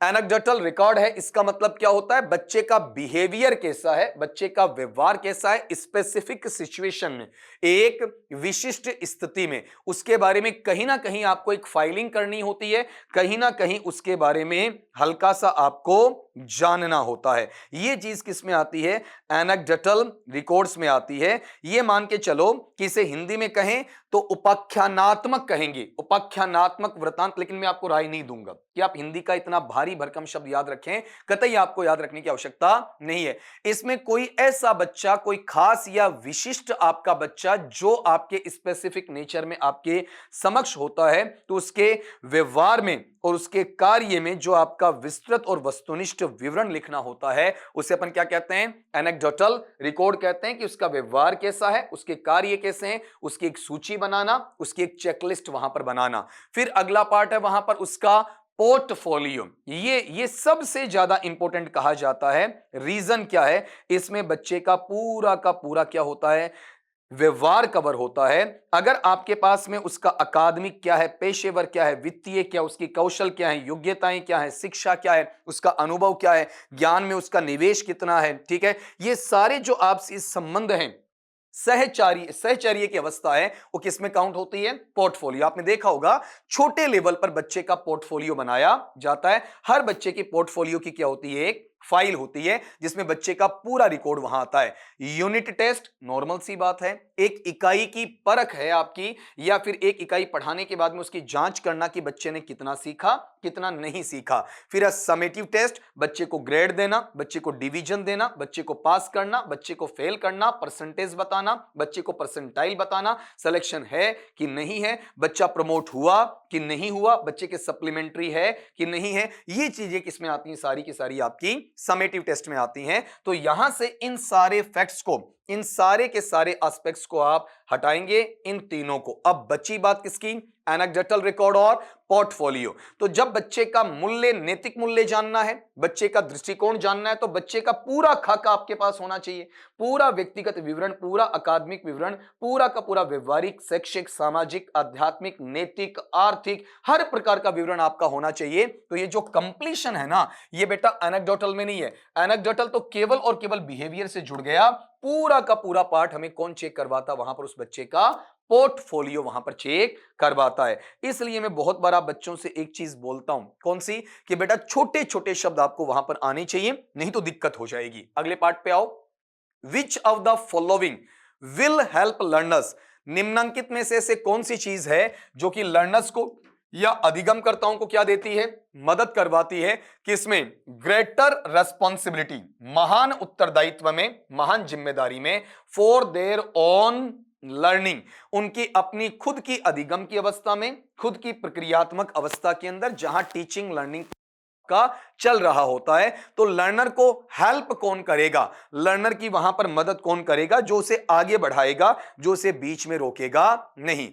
जब आप बच्चे के लिए ऐसे सत्र हैं वो आहूत करवाते हैं, ऐसे सत्र हैं वो नियोजित करवाते हैं, उनका अरेंजमेंट करवाते हैं, जो कि वाचन के होते हैं, पढ़ने के होते हैं, पठन कौशल के होते हैं, और जिन पर आप क्या करते हैं, सुपरविजन करते हैं, सुपरवाइज्ड होते हैं, पर्सनली निरीक्षित करते हैं। तो यहां बच्चा है, उसमें हेल्प कम हो रही है और कंट्रोल का एस्पेक्ट ज्यादा आ रहा है। दूसरी बात, बच्चे के जो लेखन का कौशल है, उसके लिए कार्य संपादित करने को कहा जाए, उसे नियंत्रित भाव में रखा जाए। जब कंट्रोल करेंगे, फ्री नहीं छोड़ेंगे, तो बच्चा नहीं सीखेगा। समेटिव असेसमेंट में बार बार बोल रहा हूं, ग्रेडिंग करना या फिर परसेंटेज बताना, परसेंटाइल बताना, पास फेल बताना, ये सारी चीजें किसमें है, समेटिव में। तो यहां बच्चे की हेल्प नहीं हो रही है, यहां तो बच्चे का अचीवमेंट, उसकी उपलब्धि बताई जा रही कि बच्चे ने अटेन क्या किया है, बच्चे ने वहां पर कौन सी उपलब्धियां अर्जित की हैं। तो यहां अपना आंसर जो ये बचा है, ये क्यों हुआ, सुनना। पीय, पीय का मतलब हम उम्र बच्चा, समवयस्क जो बच्चा है, उसका वहां पर असेसमेंट होना, साथ वाले बच्चे को पता होना कि भैया तुम्हें इतना आता है, मुझे इतना आता है, जो मुझे नहीं आता तुम सिखाओ, जो तुम्हें नहीं आ रहा है मैं सिखाऊंगा। तो ये पेयर वर्क हो सकता है, युग्मित कार्य हो सकता है, या फिर हम ये कह सकते हैं कि पीएस का ग्रुप बन जाए और ग्रुप के साथ में ग्रुप टास्क में वो वहां पर सीख लें। तो ये चीज होती है, जब एक बच्चा दूसरे बच्चे को सिखाता है, तो वहां पर इन बच्चों को अपन कहते हैं लिटिल टीचर्स। इनका नाम रखा जाता है कौन सा, लिटिल टीचर्स वाला, इनके माध्यम से वहां पर सिखाया जा सकता है। और जब एक बच्चा दूसरे बच्चे को सिखा रहा होता है तो ऐसे हाल में उसकी जिम्मेदारी भी काफी बड़ी हो जाती है। जब एक बच्चे को आप सामने बुला लेते हो, उसे प्लेटफॉर्म पे खड़ा करते हो और पूरी क्लास को पढ़ाने के लिए कहते हो, तो उसमें जिम्मेदारी के निर्वहन का भाव आता है और वो बड़ी रिस्पॉन्सिबिलिटी को उठाने के लिए तैयार हो जाता है, खुद भी सीखता है और बच्चों को भी सिखाता है। अगले पार्ट पे आओ। द मेन पर्पस, मैं बार बार बोलता हूं ना, पर्पस या पर्पस, पर्पस मुख्य उद्देश्य है कौन सा, असेसमेंट का, आकलन का। आकलन का मुख्य उद्देश्य वहां पर बेटा जी क्या रहेगा, वो सुनना आपका। आकलन केवल इस बात के लिए होता है कि फीडबैक लिया जाए इस बात का कि बच्चे ने कितना सीखा और टीचर को कितना और सिखाना चाहिए। बच्चा नहीं सीख पाया तो कहीं ना कहीं आपकी टीचिंग प्रोसेस में दिक्कत है, शिक्षण प्रक्रिया है उसमें कहीं ना कहीं रुकावट का बोध होता है। इसलिए आपको अपनी अप्रोच को, अपनी उपागम को चेंज करना होगा, अपनी मेथड है उसको चेंज करना होगा और उसके लिए इक्लेक्टिक मेथड आप काम में ले सकते हैं जिसमें एक से ज्यादा मेथडोलॉजी है उसको शामिल किया जा सकता है। तो आप क्या कर रहे हैं बताओ, यहां पर जो अपने लर्नर्स हैं, जो अपने अधिगम करता है, उनका जो अचीवमेंट है, उनकी जो उपलब्धि होती है उसको मेजर करने का, उसको मापने का काम करते हैं वहां पर आपका। तो गौर करना, अगर आप अचीवमेंट देखते हैं कि बच्चे ने कितना अचीव किया है, तो बेटा जी ये पैटर्न अपना किस में चला जाएगा, समेटिव में चला जाएगा। ठीक है, फिर अगली बात यहां पर देखना कौन सा, कि to give practice in writing, आप बच्चे को लेखन कौशल में क्या करते हैं, अभ्यास करवाते हैं। तो ये तो खाली LSRW में से एक स्किल अरेंज हुई है। फिर अगला part, to improve the teaching learning process, बहुत बढ़िया बात है आपकी कि शिक्षण अधिगम प्रक्रिया है उसमें सुधार लाना, बच्चे की कमी को दूर करना, टीचर की स्ट्रेटजी चेंज करवाना, टीचर की अप्रोच और मेथड है उसको वहां पर चेंज करवाना। ये किस में आएगा, to improve the teaching learning process में। To decide pass and fail, कि आप ये निश्चय करते हैं कि बच्चा उत्तीर्ण हुआ है या फिर अनुत्तीर्ण हुआ है, तो ये तो फिर से किस में आ जाएगा बेटा, आपका समेटिव में आ जाएगा। तो इसका आंसर मिलेगा to improve the teaching learning process. Question number आपका 72, बड़ा ही आसान है, क्लासेस में बार बार बोलता रहता हूं, जिन बच्चों का नहीं सुना हुआ है बेटा आज सुन लेना। क्वेश्चन इंपॉर्टेंट जरूर बनता है लेकिन काफी आसान है कि who introduced the CCE system. Factual question है, थियरी का क्वेश्चन नहीं है, सीधा सीधा पढ़ना पड़ेगा कि कंटिन्यूअस एंड कॉम्प्रिहेंसिव जो इवेल्युएशन की प्रणाली है उसका परिचय किसने करवाया, उसको वहां विकसित किसने किया। तो यह एक बोर्ड के द्वारा किया हुआ जिसका नाम है CBSE और ये CBSE ऐसा लगातार नहीं बोलेंगे, थोड़ा थोड़ा पोज आएगा, CBSE। ठीक है, CBSE ऐसा नहीं होना चाहिए आपका, क्योंकि वो जो फ्लुएंसी आप लाते हैं उसके अंदर कहीं ना कहीं उच्चारण की एरर कर जाते हैं, त्रुटि कर जाते हैं। C स्टैंड करता है सेंट्रल, B स्टैंड करता है बोर्ड, फिर आपका S स्टैंड करता है किसका, सेकेंडरी, और E स्टैंड करता है एजुकेशन। बीच में एक प्रीपोजिशन जुड़ता है, central board of secondary education. ठीक है, केंद्रीय माध्यमिक शिक्षा बोर्ड है, उसे अपन क्या कहते हैं, CBSE। उन्होंने किसको इंट्रोड्यूस करवाया, CCE को। CCE का फुल फॉर्म क्या है, कंटिन्यूअस एंड कॉम्प्रिहेंसिव इवेल्युएशन, सतत एवं व्यापक मूल्यांकन। आज भी 4 से 5 दफा आपके सामने में बोल चुका हूं, सीधा सीधा हमें यह आंसर मिल गया। लेकिन यहां से भी अब बाकी में 3 क्रॉस करने के लिए जहमत नहीं उठाऊंगा, लेकिन इनमें से भी कुछ ना कुछ तो मैं सीखूंगा ना। एक नाम मेरे पास में क्या बेटा आपका, NCTE, दूसरा नाम क्या है, RBSE, तीसरा नाम क्या है, UGC। NCTE का फुल फॉर्म क्या है, national council of teacher education. RBSE का फुल फॉर्म क्या है, Rajasthan board of secondary education. UGC का फुल फॉर्म क्या है, यूनिवर्सिटी ग्रांट्स कमीशन, विश्वविद्यालय अनुदान आयोग वाला। अगले सवाल पे आ जाएं, क्वेश्चन नंबर 73 वाला।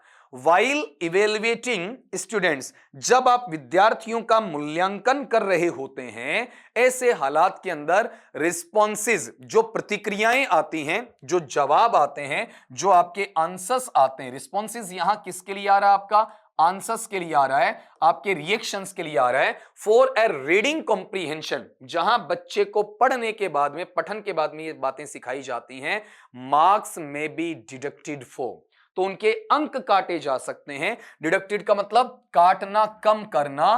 कैसे काटे जा सकते हैं, किस बेस पर काटे जा सकते हैं, तो जब आप वहां पर बच्चा है उसको क्या करवा रहे हो बताओ, आपका इवेल्युएशन दे रहे हो ना, उसका मूल्यांकन करके वहां पर बता रहे हो, लेकिन मूल्यांकन कर किसका रहे हो, ये चीज इंपॉर्टेंट है।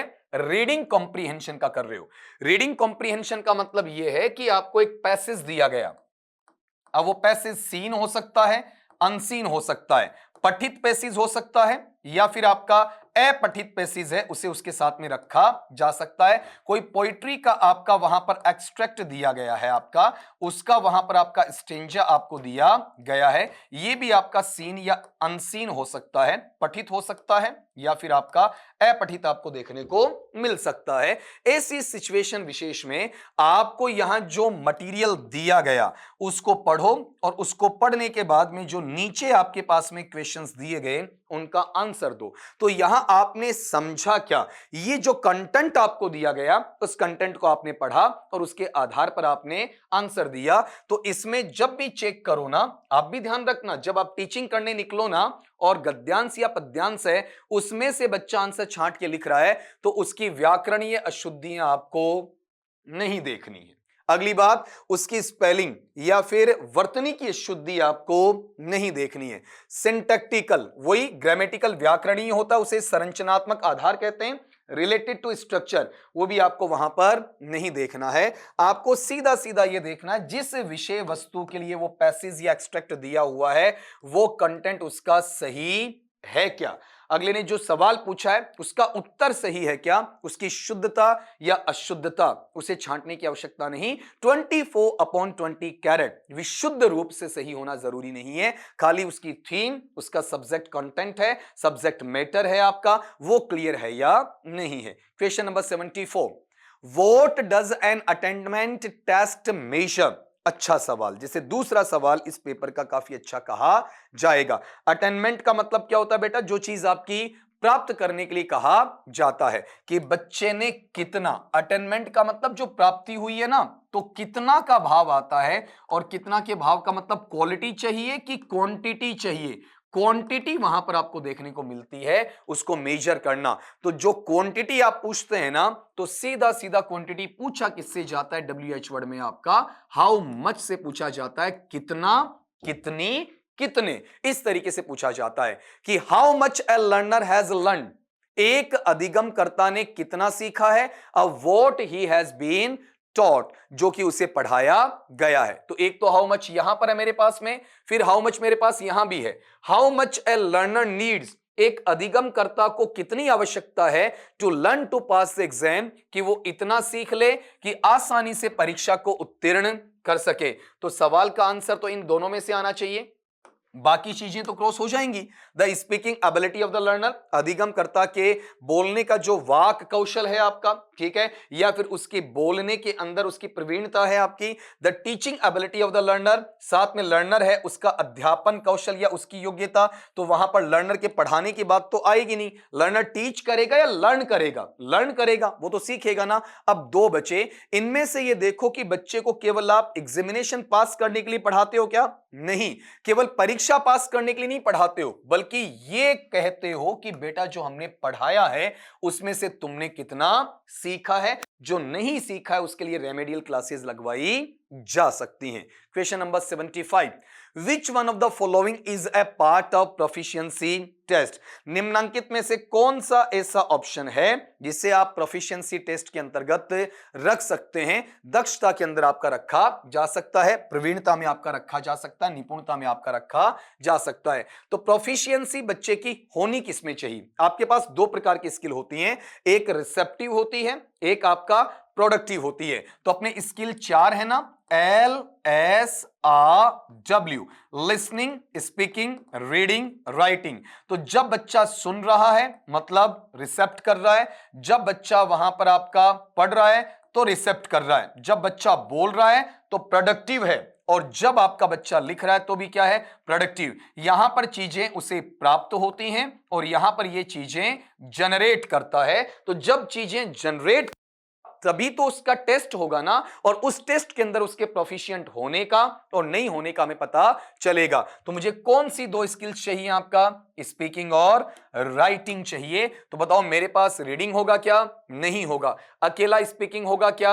नहीं होगा। अकेला मेरे पास राइटिंग होगा क्या? नहीं होगा। तो automatically we shall go for the answer number 4 and that is speaking and writing. अगले सवाल पे आ जाएं। Move to the next question. Which type of question provides multiple choices?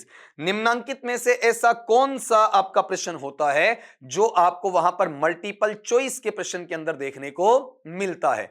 तो आप मुझे बताओ, पहला जो क्वेश्चन है उसको पढ़ने से, ये पहला जो ऑप्शन है उसको पढ़ने से पहले इसको समझ लो।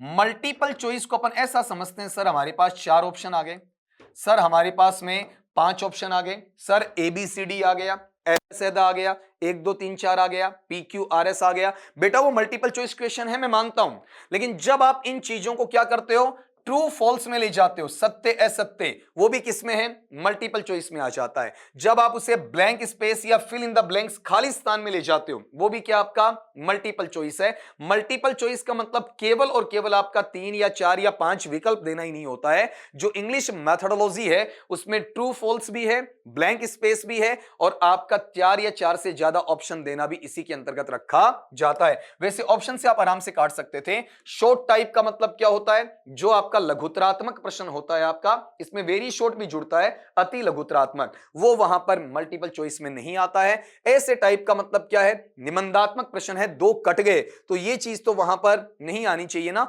मल्टीपल चॉइस का मतलब जहां आपकी चॉइस बदल सकती है, जहां पर आपको चॉइस करने के लिए हवाला दिया जाता है, उसका रेफरेंस डाला जाता है। शॉर्ट टाइप में आप रचनात्मक स्तर पर, सृजनात्मक स्तर पर अपना आंसर खुद बनाते हैं, आपकी अपनी भाषा होती है। ऐसे टाइप में भी आपके खुद के अपने विचार होते हैं। लेकिन जब आप फिल इन द ब्लैंक करते हैं या ट्रू फॉल्स करते हैं या 1 2 3 4 ABCD एबेसेड है, या फिर आपका वहां पर PQRS वाला करते हैं, तो आपके पास में चॉइसेस हो सकती हैं, आपका खुद का विचार वहां पर शामिल नहीं होना चाहिए। तो जब चॉइस की बात आती है तो चॉइस वाला हिस्सा इसमें आएगा। इस सवाल को अच्छा इसलिए माना जाएगा, बच्चा मल्टीपल चॉइसेस का मतलब केवल एक से समझता, जबकि एक की बजाय इसमें कई प्रकार आपको देखने को मिलते हैं। अगले पे आओ। Monday test is an expression of blank evaluation. ये सवाल थोड़ा सा हटकर आ गया ना आपका, इसको समझना। आपका मंडे टेस्ट का मतलब सोमवार को लिया जाने वाला आपका जो टेस्ट या फिर आपका परख है ना, वो कैसा इवेल्युएशन। तो बेटा 2 प्रकार के इवेल्युएशन के पार्ट आते हैं, तो एक चीज आप सुनना मेरे से। आपके पास एक विद्वान का नाम लिख रहा हूं मैं यहां पर, माइकल स्क्रीवन। इन्होंने इन द ईयर ऑफ 1967, 1967 के वर्ष के अंदर हमें इवेल्युएशन की 2 कैटेगरीज बताई, जिसमें एक का नाम क्या है आपका? फॉर्मेटिव है, और दूसरे का नाम बेटा वहां पर क्या है आपका? समेटिव है। ऐसे नाम पढ़ते हैं ना आपका वहां पर, रचनात्मक, योगात्मक, योगात्मक, रचनात्मक, लेकिन इंग्लिश में मैं आपको हिंदी याद रखने की सलाह कतई नहीं दूंगा। फॉर्मेटिव वो होता है जो टीचिंग के ड्यूरिंग होता है, पढ़ाते पढ़ाते लिया जा सकता है। समेटिव वो होता है जो आफ्टर द टीचिंग होता है, पढ़ाने के बाद में होता है। ये जो फॉर्मेटिव होता है, ये फॉर्मेटिव अपने नेचर में कैसा बेटा आपका? इनफॉर्मल है, अनौपचारिक होता है, और ये जो है वो अपने नेचर में कैसा है आपका? फॉर्मल होता है। फॉर्मेटिव क्या है? आपके लिए वहां पर डेवलपमेंट चाहता है, आपका वहां पर नेचर है उसमें विकास करवाना चाहता है, जबकि जो समेटिव होता है ये डेवलपमेंटल नहीं होता है, बल्कि ये अपने आप में क्या होता है? कंप्लीशन देता है, या फिर मैं ये कहूं कि अपने आप में आपका वहां अचीवमेंट है उसको शो करने की बात वहां पर बताता है। उसमें सीधा इतना बोलता कि बच्चे ने प्राप्त कितना किया है। ये इसमें और भी चीजें अगर मैं लिखना चाहूं तो 10-10 पॉइंट्स इसमें लिखे जा सकते हैं, उतना डेप्थ में नहीं जाना है। आपको इतना ध्यान रखना है कि जनरली जब टीचिंग चल रही है तो चलती क्लास में, चलती क्लास के टीचिंग के अंदर, चलते सप्ताह में, चलते पखवाड़े में, चलते महीने में जब आपका टेस्ट लिया जा सके, तो वो जो नेचर है वो कैसा है? फॉर्मेटिव। चलते चलते टीचर ने सैटरडे को कहा शनिवार को बेटा आपका मंडे को टेस्ट लूंगा, ये क्या है? फॉर्मेटिव है। लेकिन ये जो समेटिव होता है ना, ये नेचर में टर्मिनल होता है, ठीक है? ये पहले से सामयिक होता है आपका, कब लिया जाएगा, कितनी यूनिट्स का लिया जाएगा, कितना अंक बाहर होगा, किस टाइम पर लिया जाएगा, पहले से प्री प्लान्ड होता है। जैसे आपके स्कूल्स में 3 टेस्ट लगते थे ना आपका, कि हाफ ईयरली से पहले 2 टेस्ट हैं, हाफ ईयरली के बाद 1 टेस्ट है, खुद हाफ ईयरली है, फिर आपका एनुअल एग्जामिनेशन या फिर ईयरली एग्जामिनेशन है। ये तो आते हैं समेटिव में। रैंडमली टीचर आपका टेस्ट ले लेता है, वो किस में जाएगा, आपका फॉर्मेटिव में जाएगा। तो मंडे टेस्ट कि भैया हर सप्ताह में 1 टेस्ट लगना है आपका, टीचर ने कहा मैंने जो आपका 7 दिन में पढ़ाया, 5 दिन में पढ़ाया, 6 दिन में पढ़ाया, उसका मैं टेस्ट लेना चाह रहा हूं, वो किस में चला जाएगा, फॉर्मेटिव में। तो टेस्ट के प्रकार में तुम्हें यहां पर इफेक्टिव से मतलब नहीं था, समेटिव फॉर्मेटिव से मतलब था। नॉर्मेटिव का एक अलग प्रकार होता, वहां पर मैं नहीं जाना चाहूंगा, लेकिन गौर ये करो यहां पर फॉर्मेटिव क्या है, ड्यूरिंग टीचिंग है, और समेटिव क्या है, आफ्टर टीचिंग बोला जाता है। अगले पार्ट पे आओ, question number 78। Which one of the following, निम्नांकित में से कौन सा ऐसा टेस्ट है, is considered the most reliable test, जिसे सबसे ज्यादा विश्वसनीय परख का नाम दिया जा सकता है, सबसे ज्यादा निर्भरता वाला टेस्ट कहा जा सकता है। तो जब आप ऐसे टाइप करते हो ना, निबंधात्मक जो आपका टेस्ट लिया जाता है, तो ये रिलायबल नहीं है। आपने 10 बच्चों का टेस्ट लिया, उनसे आपने ऐसे लिखवाया, तो एज इट इज नहीं आएगा, चॉइस बटा चॉइस कैरेट नहीं आएगा, सबके विचार क्या हो जाएंगे, अलग अलग आ जाएंगे। जब बच्चों से आप क्या करते हो, प्रोजेक्ट मेकिंग करवाते हो, ठीक है, प्रोजेक्ट निर्धारित कर दिया कि बेटा ये आपको करके लाना है, तो सबका तरीका, सबका मेथड, सबकी अप्रोच, सबकी स्ट्रेटजी क्या होगी, डिफरेंट होगी। ट्रू फॉल्स टाइप ना, सत्य असत्य वाला, इसमें उसका तुक्का लग सकता है। 2 ही तो ऑप्शन है, एक गलत और एक सही। वो कहीं पर लिखेगा तो हर ऑप्शन उसका गलत वहां पर नहीं जाएगा, हर बार उसका सवाल गलत नहीं होगा, तो ये ज्यादा रिलायबल नहीं है। जब आपके पास में ऑप्शन 4 या 5 होते हैं, जिसे आप ऑब्जेक्टिव टाइप वस्तुनिष्ठ प्रकार का प्रश्न कहते हो, उसमें ज्यादा अच्छे तरीके के मार्क्स वही बच्चा लेकर आएगा जो बच्चा उस चीज का गहन अध्ययन कर चुका है, हद से ज्यादा उसके बारे में विश्लेषण कर चुका, पढ़ चुका है। तो सबसे ज्यादा जो रिलायबल टेस्ट है वो आपका ऑब्जेक्टिव टाइप कहा जाता है, जो एमसीक्यू में आता है, मल्टीपल चॉइस क्वेश्चन के अंतर्गत रखा जाता है। ये जो पार्ट है ना ऐसे टाइप, ये सब्जेक्टिव है, और सब्जेक्टिव टेस्ट की रिलायबिलिटी काफी कमजोर होती है। क्वेश्चन नंबर 79, ये पार्ट काफी डेप्थ तक चला गया, और मेरा यह मानना है कि इतने डेप्थ तक आपको उतरना नहीं चाहिए। फिर भी आप अगर यहां इस सवाल को फैक्चुअली याद कर लें तो आपको परेशानी नहीं होगी। हु हैज सजेस्टेड, निम्नांकित में से कौन सा ऐसा व्यक्ति है जिसने सुझावित किया है, सुझाव दिया है, 4 स्टेप्स, 4 चरणों का, जो किसकी हैं, टीचिंग की हैं, जिसमें अपने पास में क्या है बताओ, ऐसा इसका क्रम है, POLE वाला, मतलब सबसे पहले प्लानिंग, नियोजन करना है, ऑर्गेनाइजिंग, उसे संगठित करना है, लीडिंग, उसका नेतृत्व करना है, और लास्ट में उसका इवेल्युएशन, उसका मूल्यांकन करना है। कुल मिला के अगर आप गौर करो ना, तो ये स्टेट बेटा वैसी हैं, ये S प्लानिंग सिलेक्शन में आ गया, ठीक है, ये G ऑर्गेनाइजिंग ग्रेडेशन में आ गया, लीडिंग ये आपका P प्रेजेंटेशन में आ गया, और ये इवेल्युएशन T टेस्टिंग में आ गया। उसे ही आप दूसरे शब्दों में क्या कहते हैं, प्लानिंग, ऑर्गेनाइजिंग, लीडिंग, इवेल्युएशन कहते हैं। तो ये जिस महाशय का दिया हुआ है उसका नाम है IK टैवीज, ठीक है। यहां पर AP हॉविट से मतलब नहीं, कार्ल क्लॉज, ये तो आपको याद आ रहा होगा।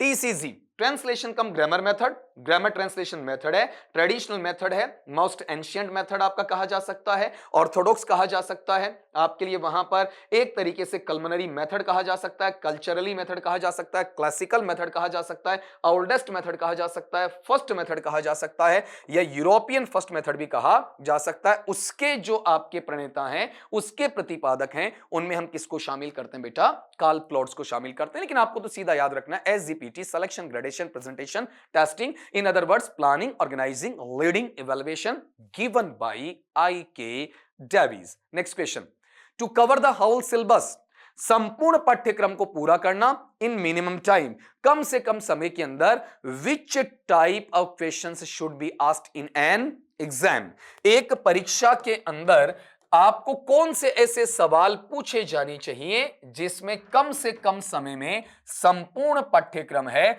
उसको कवर किया जा सके, और वो जो चीज होती है वो वहां पर किस में काउंट की जाएगी। मतलब आप सारी चीजें बच्चों से वहां पर जान सकते हैं, बच्चों से सारी चीजें पूछ सकते हैं। तो ये जो पार्ट है वो आत्मनिष्ठ नहीं होता है, वस्तुनिष्ठ होता है, जिसे अपन किसका नाम देते हैं, ऑब्जेक्टिव का, जिसमें ट्रू फॉल्स भी आते हैं, फिल इन द ब्लैंक्स भी आते हैं, जिसमें आपके वहां पर एमसीक्यूज मल्टीपल चॉइस क्वेश्चंस भी वहां पर आते हैं। अब आपको समझ में आया, बार बार बच्चे कहते हैं सर टाइम कम है, ठीक है, अब इसके बावजूद आप चाहते हैं कि बेटा आपको थियरी पढ़ाई जाए। मैं कहता हूं जैसे मेरे पास लेजर आस होंगे, खाली समय होगा, definitely I teach you theory also, लेकिन ये तब जब मेरे पास में समय बचेगा या फिर खाली वहां पर रहेगा। लेकिन आप गौर करो, ऑब्जेक्टिव टाइप जो आपका क्वेश्चन आंसर चलता है ना, उसमें बच्चे का पूरा सिलेबस कवर होता है। तो अब आपके समझ में आया ना कि सर एमसीक्यूज के द्वारा हम कवर कर सकते हैं। बेटा क्यों नहीं कर सकते, बहुत सारी चीजें इसमें जुड़ जाती हैं जिनको आप समझ पाते हो और आंसर वहां पर दे पाते हो। तो सबसे बेस्ट तरीका, अगर कम टाइम में आपको ज्यादा सिलेबस कवर करना है, कम टाइम में आपको किसी बच्चे को जांचना भी है, तो आपके लिए जो मोटी चीज है ना, वो बेटा केवल और केवल कौन सी होनी चाहिए, आपकी ऑब्जेक्टिव टाइप क्वेश्चंस और आंसर्स आने चाहिए। क्वेश्चन नेक्स्ट लीजिएगा, यूनिट टेस्ट इज, आपका इकाई परख है वो रखी जाती है। तो आपकी इकाई परख वहां पर कब रखी जाती है, एक एक इकाई के आधार पर आप बच्चे को कैसे परखते हैं। तो पहला, conducted at the term and, जब आपका पाठ्यक्रम पूरा हो रहा है, सत्र पूरा हो रहा है, तब आप अपना मूल्यांकन संचालित करते हैं। वो एक इकाई का होता है या संपूर्ण इकाइयों का, संपूर्ण इकाइयों का होता है। ए टाइम वेस्ट टेस्ट, समय को बर्बाद करने वाला, कभी नहीं, कोई टेस्ट आपका समय बर्बाद नहीं करता है। समेटिव टेस्ट भी क्या होता है, आफ्टर टीचिंग होता है, कंप्लीशन होता है, तब लिया जाता है। तो अपने पास में इसका जो मैनर है, बताओ कौन सा है, जब चीजें कैसी होती हैं, डायग्नोस्टिक होती हैं, और नेचर में कैसी होती हैं, आपकी रेमेडियल होती हैं। डायग्नोस्टिक का मतलब जब उन्हें क्या किया जाता है, जांचा जाता है, और जांचने के साथ में क्या किया जाता है, उनका सुधारात्मक या उपचारात्मक भाव भी वहां पर रखा जाता है। लेकिन इसमें एक प्रॉब्लम आएगी बेटा, प्रॉब्लम क्या है, ये करीबी आंसर है, रीजन क्या है इसके पीछे वो सुनना। समेटिव टेस्ट है, उसमें भी कई बार इकाई डिसाइड कर दी जाती है, तो हाफ हार्टेड ये इसके नजदीक भी चला जाता है। लेकिन मैं इसे क्रॉस क्यों करना चाहूंगा, मेनली किसी सिंगल यूनिट का, किसी सिंगल सब यूनिट का जो टेस्ट होता है वो समेटिव की बजाय फॉर्मेटिव में लिया जाता है। अगले सवाल पे आ जाएं, प्रोनंसिएशन ऑफ लर्नर्स, लर्नर्स ये अधिगम करता है, उनका जो आपका उच्चारण आपको वहां पर देखने को मिलता है, कैन बी टेस्टेड, उसे परखा जा सकता है, उसे आपका जांचा जा सकता है थ्रू टाइप ऑफ क्वेश्चंस, इस प्रकार के प्रश्नों के माध्यम से। अगर मुझे बेटा आपसे यह पूछना है कि आप ये बता दें कि WOMAN इसका उच्चारण क्या होगा, तो बच्चे को मुझे बोलना पड़ेगा कि सर इसका उच्चारण क्या होता है, वुमन होता है। हिंदी में ऐसा मैं लिखकर बताऊंगा, इंग्लिश में इसका फोनेटिक ट्रांसक्रिप्शन ऐसे करूंगा। चौंकिएगा मत बेटा, ये मैंने गलत नहीं लिखा है। आप बच्चे कुछ जगह ऐसा लिख देते हैं और कुछ जगह आप बच्चे वहां पर आपका ऐसा वुमाइन ऐसा लिख देते हैं। ये जो पार्ट है ये दोनों ही इनकरेक्ट होते हैं। सही जो करेक्ट हिस्सा है वो क्या होता है, वुमन होता है। ठीक है, हम MAN का जो मैन निकालते हैं उसमें WO जोड़कर हम दोनों का संधि करके वुमेन अपने हिसाब से करते हैं, रियल में नहीं होता है। तो जब आप बच्चे से ऐसा उच्चारण पूछोगे तो बच्चे से बुलवाओगे, और बुलवाने का मतलब आप बच्चे से सत्य असत्य थोड़ी पूछोगे, बच्चे को 4 ऑप्शन देकर थोड़ी ना पूछोगे। वहां पर बच्चे से आप इसके ऊपर कोई निबंध लिखवाओगे क्या, नहीं लिखवाओगे ना। बच्चे से क्या करोगे, ऐसा जवाब मांगोगे जो जवाब ओरली होता है, ओरल अवस्था में होता है, जिससे अपन हिंदी में क्या कह सकते हैं, मौखिक कह सकते हैं। ये सेंस इसमें जुड़ जाता है। ठीक है, तो एक बार चेक करना, प्रोनंसिएशन है किसका, लर्नर्स का, उसे टेस्ट किया जा सकता है, उसे जांचा जा सकता है, किसके माध्यम से, टाइप ऑफ क्वेश्चंस या फिर उन प्रश्नों के माध्यम से जांचा जा सकता है जो प्रश्न आपके वहां पर कैसे हैं, ओरल आंसर में दिए जाने वाले होते हैं। तो उच्चारण तो तभी परखोगे ना कि बच्चा सही बोल रहा है या फिर नहीं बोल रहा है, ध्वनि के आधार पर। जब भी प्रोनंसिएशन की बात आती है ना बेटा, तो ये जो अपना मैनर है वो कैसा है, फोनेटिक्स का है। फोनेटिक्स वाला हिस्सा किससे जुड़ा हुआ है, आपका फोनोलॉजी से जुड़ा हुआ है। और फोनोलॉजी की बात में अगर करूंगा तो बताओ ये पार्ट मेरे पास में कैसा आएगा, साउंड का हिस्सा वहां पर लिया जाएगा। अगली बात पे आ जाएं, इवेल्युएशन डजंट असर्टन, मूल्यांकन निम्नांकित में से कौन सी बात को सुनिश्चित नहीं करता है, मूल्यांकन में किस पक्ष को शामिल नहीं किया जा सकता है। तो गौर करना, वहां पर इन चीजों को वह शामिल नहीं करता है। तो मूल्यांकन में मेनली बच्चा जुड़ेगा, टीचर जुड़ेगा, एजुकेशन का प्रोसेस जुड़ेगा। ये चीजें किसमें आती हैं, मूल्यांकन में आती हैं। तो वन बाय वन कवर करना। पहली बात, the educational standard of the institution, जिस संस्था में बच्चा पढ़ रहा है या जहां उसे पढ़ाया जा रहा है उसका शैक्षणिक स्तर क्या है। तो मूल्यांकन एजुकेशनल स्टैंडर्ड का लिया जाता है ना, तो इस बात पर तो मूल्यांकन असर्टन जोर डालता है, बिल्कुल डालता है। फिर है the administrative standard of the institution, जिस संस्था की आप बात करते हैं उसका प्रशासनिक या प्रशासकीय जो स्तर है उस पर जोर डालते हैं, कभी नहीं डालते। मूल्यांकन में प्रशासन का रोल नहीं होता है, टीचर है, लर्नर है, करिकुलम या सिलेबस है, उसकी बात वहां की जाती है। The teaching standard of the institution, संस्था है, विद्यालय है, वहां उसका पढ़ाने का, सिखाने का स्तर कैसा है उसको भी जांचा जाता है।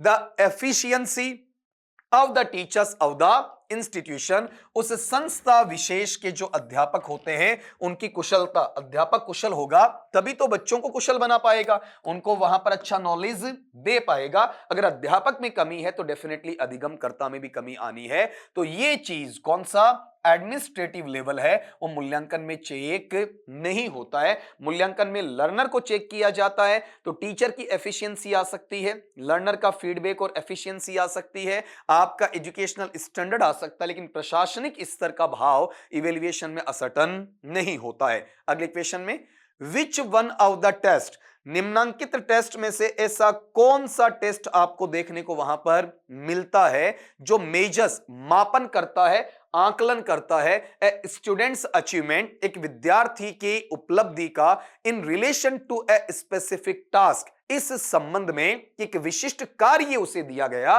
विच he will later be required to perform, जिसे उसे आपका बाद में परफॉर्म करना है, बाद में आपका पूरा करना है। तो आप बच्चे को क्या चाहते हो, बच्चे को आप किसी ना किसी खास काम में लगाना चाहते हो, और जब आप खास काम में लगाओगे तो उसके लिए आपने टर्म क्या लिखा है, स्पेसिफिक, मतलब उसमें आप उसे दक्ष बनाना चाहते हैं, आप उसे कुशल बनाना चाहते हैं, प्रवीण बनाना चाहते हैं, उस विषय का विशेषज्ञ बनाना चाहते हैं।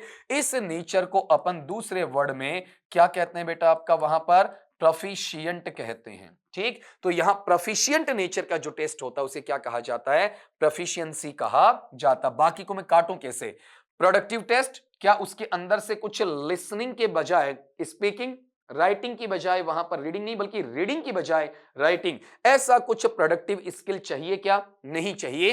केवल आप बच्चे को मजबूत बनाना चाहते हैं तो प्रोडक्शन नहीं आएगा। प्रोडक्शन कहां आता है आपका, स्पीकिंग में और किसमें, राइटिंग में आता है। फिर है इंटीग्रेटिव टेस्ट, एकीकृत आधार का परख, सारी चीजों का वर्सेटाइल नेचर में आपका वहां पर मल्टी डायमेंशनल टेस्ट होता है, बहुआयामी प्रभाव का जो टेस्ट होता है वो इसमें एक साथ नहीं रखा जाएगा। बच्चे को आप स्पेसिफिक किसी खास बात के लिए वहां पर टेस्ट करवा रहे हैं। डायग्नोस्टिक टेस्ट काफी बात हुई अपनी आज ही रेमेडियल टीचिंग के क्वेश्चंस के अंदर, बच्चे की कमी को जांचना, उसकी मेलेडी को जांचना होता है। तो यहां पर अपना आंसर जब बच्चे को स्पेसिफिक टास्क में लगवाया जाए वो किस में है, प्रोफिशिएंसी में। कॉमन में लिया जाए वो इंटीग्रेटिव में है। बच्चे से स्पीकिंग और राइटिंग का स्किल चेक करवाया जाए वो आपका प्रोडक्टिव में है। बच्चे की कमी जांची जाए वो आपका डायग्नोस्टिक में है।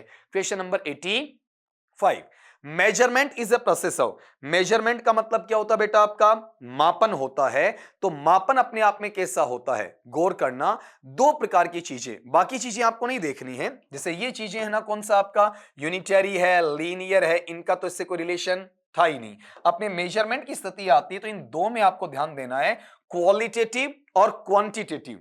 क्वालिटेटिव होता है जहां गुणवत्ता देखी जाती है, क्वांटिटेटिव वो होता है जहां पर आपकी मात्रा देखी जाती है। तो जब चीजों को आप मेजर करते हैं, मापते हैं, तो मापते कैसे हैं? उसके मात्रा के आधार पर मापते हैं, उसकी गुणवत्ता के आधार पर मापा नहीं जाता है। गुणवत्ता के आधार पर मापा जाता है या फिर जांचा जाता है? जांचा जाता है। तो क्वालिटी की बात कभी भी मेजरमेंट में नहीं होती है। मेजरमेंट के अंदर किसकी बात होती है? क्वांटिटी की बात होती है कि कितना, ठीक है। ये जो हाउ मच है ना, हाउ मच वाला जो हिस्सा है वो किससे जुड़ा हुआ है? क्वांटिटेटिव, या फिर आपका क्वांटिटी से या फिर मेजरमेंट से आपका जुड़ा हुआ बोला जाता है। क्वेश्चन नंबर आपका 86 वाला है, 86 वाला सवाल लीजिएगा। इसमें 86 में अगले ने हमें क्या बताया बेटा जी आपका वहां पर? What do you think about the two candidates in this election? This is an example of.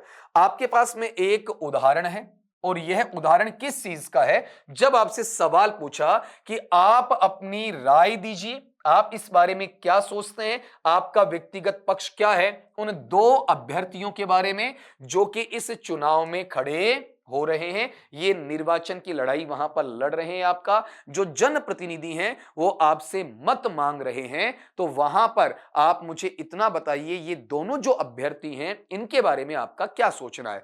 तो आप मुझे बताओ, सबका आंसर बेटा एक आएगा या अलग अलग? आपकी सोच अलग है, मेरी सोच अलग है, किसी थर्ड पार्टी की सोच अलग है, उन खुद व्यक्तियों की सोच अलग है, जो चुनाव करवाने आए हैं उनकी सोच वहां पर अलग है। तो ये चीज है, इसका आंसर एक से ज्यादा हो सकता है। जिस सवाल का आंसर या जिस सवाल का उत्तर एक से ज्यादा होता है उसे अपन किसका नाम देते हैं? ओपन एंडेड का देते हैं। लेकिन एक सवाल का पार्ट ये आप सीखिएगा, क्लोज एंडेड क्वेश्चन कौन से होते हैं? जिनका आंसर वही आएगा। जैसे भारत कब आजाद हुआ, तो आपका सबका आंसर क्या? 1947। अगर इसके अलावा आप आंसर देते हैं तो गलत हो जाएगा। जबकि मैं ये कहता हूं कि भारत कैसा राष्ट्र है, तो आपका अलग अलग नजरिया होगा। कोई सकारात्मक बताएगा, कोई नकारात्मक बताएगा, कोई उसे समृद्ध बताएगा, कोई उसे पिछड़ा हुआ बताएगा, कोई हो सकता है तुष्टीकरण के सिद्धांत पर दोनों का मिला जुला आंसर भी आपका दे सकता है। तो ये जो चीज होती है वो ओपन एंडेड होती है, जिसमें एक से ज्यादा आंसर निकलते हैं। खुला है आंसर देने का तरीका, आंसर देने का दायरा। क्लोज एंडेड का मतलब जो आंसर है वही दो, नहीं तो माना नहीं जाएगा। और multiple choice type question MCQs में क्या है? जहां पर आपके पास में चार या चार से ज्यादा ऑप्शन हो सकते हैं, खाली स्थान या रिक्त स्थान आ सकता है, सत्य असत्य वाला भाव आ सकता है। तो इसमें ऐसा कुछ नहीं है, ना तो एबीसीडी है, ना इसमें ब्लैंक स्पेस है, ना ही इसके अंदर आपका ट्रू फॉल्स है। तो अपना आंसर कौन सा रहेगा? Open ended question. Next question पे आ जाओ बेटा। An important feature of N adequate evaluation is, एक पूर्ण या परिपूर्ण जो हमारा मूल्यांकन होता है उसकी सही विशेषता क्या होती है? महत्वपूर्ण विशेषता क्या होती है? हमें यहां छांटना क्या है? इवेल्युएशन का एडिक्वेट होना, उसका पूर्ण होना, उसका परिपक्व स्तर का होना, उसकी महत्वपूर्ण विशेषता क्या होती है? कमी नहीं, खासियत छांटनी है। क्या मूल्यांकन गैर जिम्मेदाराना होता है? इररिस्पॉन्सिबल का मतलब गैर जिम्मेदार? बिल्कुल नहीं, जिम्मेदारी के साथ लिया जाता है। इट इज डायग्नोस्टिक, क्या वहां पर यह सिर्फ और सिर्फ कमी जांचता है? नहीं, ये फॉर्मेटिव हो सकता है, ये समेटिव हो सकता है, ये ओरल या वर्बल हो सकता है, ये रिटन हो सकता है, ये कंपोजिटरी हो सकता है, ये कॉम्प्रिहेंसिव हो सकता है। तो केवल डायग्नोस्टिक नहीं हो सकता है। ये लर्निंग या अधिगम है, उसे इनहांस करता है, उसमें वृद्धि करता है, बिल्कुल करता है। मूल्यांकन के बाद में बच्चे में सुधार करवाया जा सकता है। वहां पर फॉर्मेटिव में उसकी ग्रेडिंग दी जा सकती है। समेटिव के अंदर क्या ये आपकी लर्निंग, ये जो अधिगम होता है उसे हरस, हरस का मतलब उसमें बाधा डालता है, परेशान करता है? बिल्कुल नहीं करता, उसको निखार में लाता है, उसको वहां पर परिष्कृत करता है, उसका शुद्धिकरण करने का काम करता है। अगली बात पे आ जाएं। Show cloze, cloze test evaluation was described by, cloze test है वो किसके द्वारा वहां पर दिया गया? तो ये चीज बड़ी इंपॉर्टेंट होती है, आप बच्चों को मैं सिखा देता हूं। पहली बात तो आप ये देखो बेटा, ये स्पेलिंग सही है क्या? CLOZE, इसे परखना। आप कहेंगे नहीं सर सही नहीं है। आपका जवाब जो मुझे सुनने को मिलेगा बेटा ये मिलेगा CLOSE। तो मैं आपको एक चीज सिखा दूं, CLAUSE ऐसा भी आप पढ़ते हैं, CLOZE ऐसा भी तो आप वहां पर पढ़ते हैं ना आपका। तो ये जो क्लॉज है इसका उच्चारण सुनना बेटा, ये जो उच्चारण है ये क्लोज नहीं है, इसका उच्चारण क्या बताओ? क्लॉज है। इस तरीके से इसका उच्चारण वहां पर आपका लिखा जाता है। ये क्लॉज है, क्या होता है, जब आप किसी चीज के बंद करने की बात कहते हैं, किसी चीज के नजदीक होने की बात कहते हैं, या फिर आपका घनिष्ठ होने की बात कहते हैं, वो किस में, आपका CLOSE में। ये जो है इसका उच्चारण बेटा आप लेते हैं तो ये क्या है, आपका क्लॉज है। ठीक है, जब इसकी बात करते हैं, चलो अपन फोनेटिक पे नहीं जाते, जब फोनेटिक की क्लास लगाऊंगा तब मैं आपको वहां पर बता दूंगा ये क्लॉज क्या है। जो चीजें आपके उपवाक्य के रूप में देखी जाते हैं, सीधा सीधा अपन अर्थ पे आते हैं। ये जो आपका है, ये वर्ड इंग्लिश में होता है बेटा, ये भी होता है, ये भी होता है। और इसका सिंपल मीनिंग अगर मैं लेकर चलूं तो इसे क्या कहा जाता है, सूटेबल है, या फिर आपका एप्ट है, या फिर इसे क्या कहा जा सकता है, आपका एप्रोप्रिएट है। इस तरीके से इसे पढ़ा जाएगा, जिसे अपन सिंपल भाषा में क्या कह सकते हैं, जो चीजें आपके लिए उपयुक्त होती हैं उन्हें क्लॉज टेस्ट में रखा जाता है। तरीका कैसे होता है, आपके पास में यहां पर एक पैसेज है, उस पैसेज में यहां एक खाली स्थान छोड़ा, नंबर 1, यहां खाली स्थान छोड़ा, नंबर 2, यहां खाली स्थान छोड़ा, नंबर 3, यहां खाली स्थान छोड़ा, नंबर 4, यहां खाली स्थान छोड़ा, नंबर 5, ज्यादा भी हो सकते हैं। फिर यहां पर पहला आपका जो खाली स्थान छोड़ा है ना, उसका ए ऑप्शन, उसका बी ऑप्शन, उसका सी ऑप्शन, उसका डी ऑप्शन, ऐसे ही बाकी 4 के भी रखे जाएंगे। और अब इन चारों में से कौन सा उपयुक्त शब्द है, वो सिमेंटिकली, सिंटैक्टिकली, अर्थ के आधार पर, संरचना के आधार पर वो यहां आपको लगाना है। यह टेस्ट क्या कहलाता है, क्लॉज टेस्ट। इसकी भरमार रहती है बैंकिंग की एग्जामिनेशंस में, SSC की एग्जामिनेशन में, कभी कभार डिफेंस में भी इसका सवाल आपसे पूछ लिया जाता है। तो ये जो क्लॉज टेस्ट टाइप का मूल्यांकन है, इसका वर्णन किसके द्वारा किया गया, इसे आपका परिलक्षित है वो किसके द्वारा करवाया गया, तो उस विद्वान का नाम बेटा है WL टेलर। बाकी सीजे डॉडसन से मतलब नहीं, वुड से मतलब नहीं, रॉबर्ट पॉल से मतलब नहीं, ये फैक्चुअल क्वेश्चन होते हैं तो इसमें फालतू बहस का मुद्दा नहीं। हमें एक्सप्लेनेशन वहां लेनी थी कि CL और ZE कोई स्पेलिंग होता है या नहीं होता है, तो होता है तो क्या होता है, ये अपन वहां देख चुके हैं। क्वेश्चन नंबर 89 का, which is not A type of digital portfolio. निम्नांकित में से ऐसा कौन सा पार्ट है जो बच्चे के लिए डिजिटल पोर्टफोलियो का काम नहीं करता है।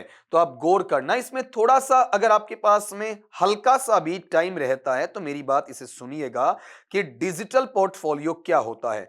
जब आप वहां पर किसी व्यक्ति विशेष, किसी अधिगमकर्ता विशेष का जो आपका जीवन का कौशल है, उसकी उपलब्धियां हैं, उसका आचरण है, उसका व्यवहार कहा जा सकता है, उसकी कुशलताएं हो सकती हैं, उनको वहां पर शिक्षा के स्तर पर आप इलेक्ट्रॉनिक जो संग्रह करते हैं वो वहां पर डिजिटल पोर्टफोलियो कहा जाता है। और डिजिटल पोर्टफोलियो के अंदर किन किन चीजों को शामिल किया जाता, तो सुनना, डिजिटल पोर्टफोलियो में यह देखा जाता है कि बच्चा विकासात्मक स्तर पर आगे बढ़ रहा कि नहीं बढ़ रहा, बिल्कुल स्टेप बाय स्टेप चेक होता है।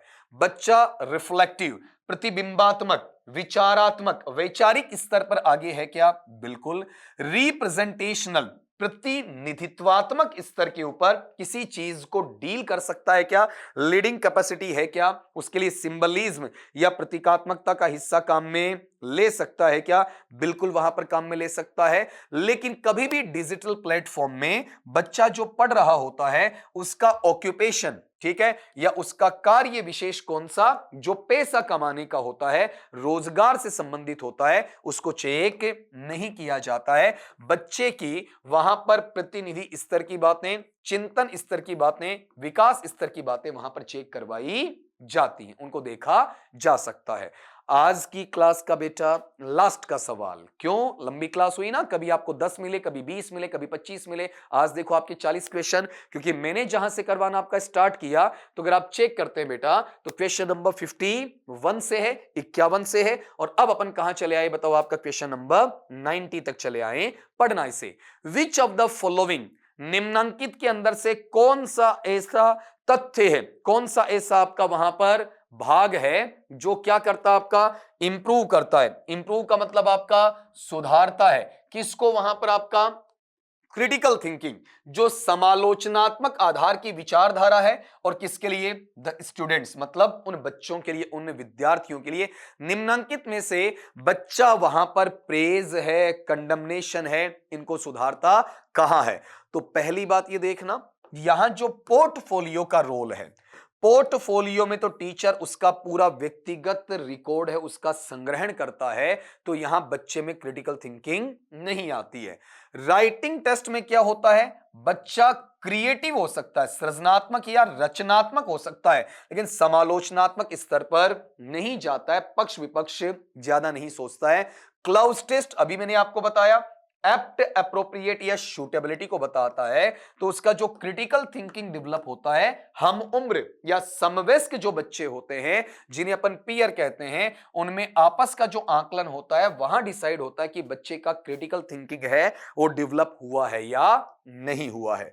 अब इनमें से अगर किसी का आंसर आपको दोबारा देखना, तो मैं रिकेपिचुलेट नहीं करवा रहा हूं, क्योंकि अपना वीडियो काफी लेंदी हो जाता है, तो इसके लिए उसे छोटा करने के लिए 5-7 मिनट आपका बचाने के लिए मैं यहीं पर इसे पोज दूंगा। लेकिन आप गौर करना, अभी आपका -10 लगा, तो हो सकता है कि आपको 4 या 5 दिन का गैप देखने को मिला, कि कुछ मैंने ग्रेड 1 के वीडियोस हैं वो आपके डाले, बीच में रीड के कुछ टॉपिक्स हैं लिटरेरी टर्म्स वगैरह के, उनके मैंने डाले, तो इसमें बीच में गैप लग जाता है। तो जो मैंने कहा ना कि जो बेटा आपको मुझे सोल्यूशन करवाना, तो definitely I will do that, मैं पक्का काम वहां पर करूंगा। मेरी स्पीड कहीं कहीं आपका फास्ट हो सकती है, तो वहां पर अपनी स्पीड को स्लो कर लीजिएगा, ठीक है। और जहां लगे कि सर यहां थोड़ा सा इशू है, तो कमेंट बॉक्स में जाके आप वहां पर बताएं कि सर इस चीज को आप एक्सप्लेन करना, तो मैं डेफिनेटली वहां पर एक्सप्लेन करूंगा। आपकी पॉजिटिविटी के साथ में जुड़ा हुआ हूं।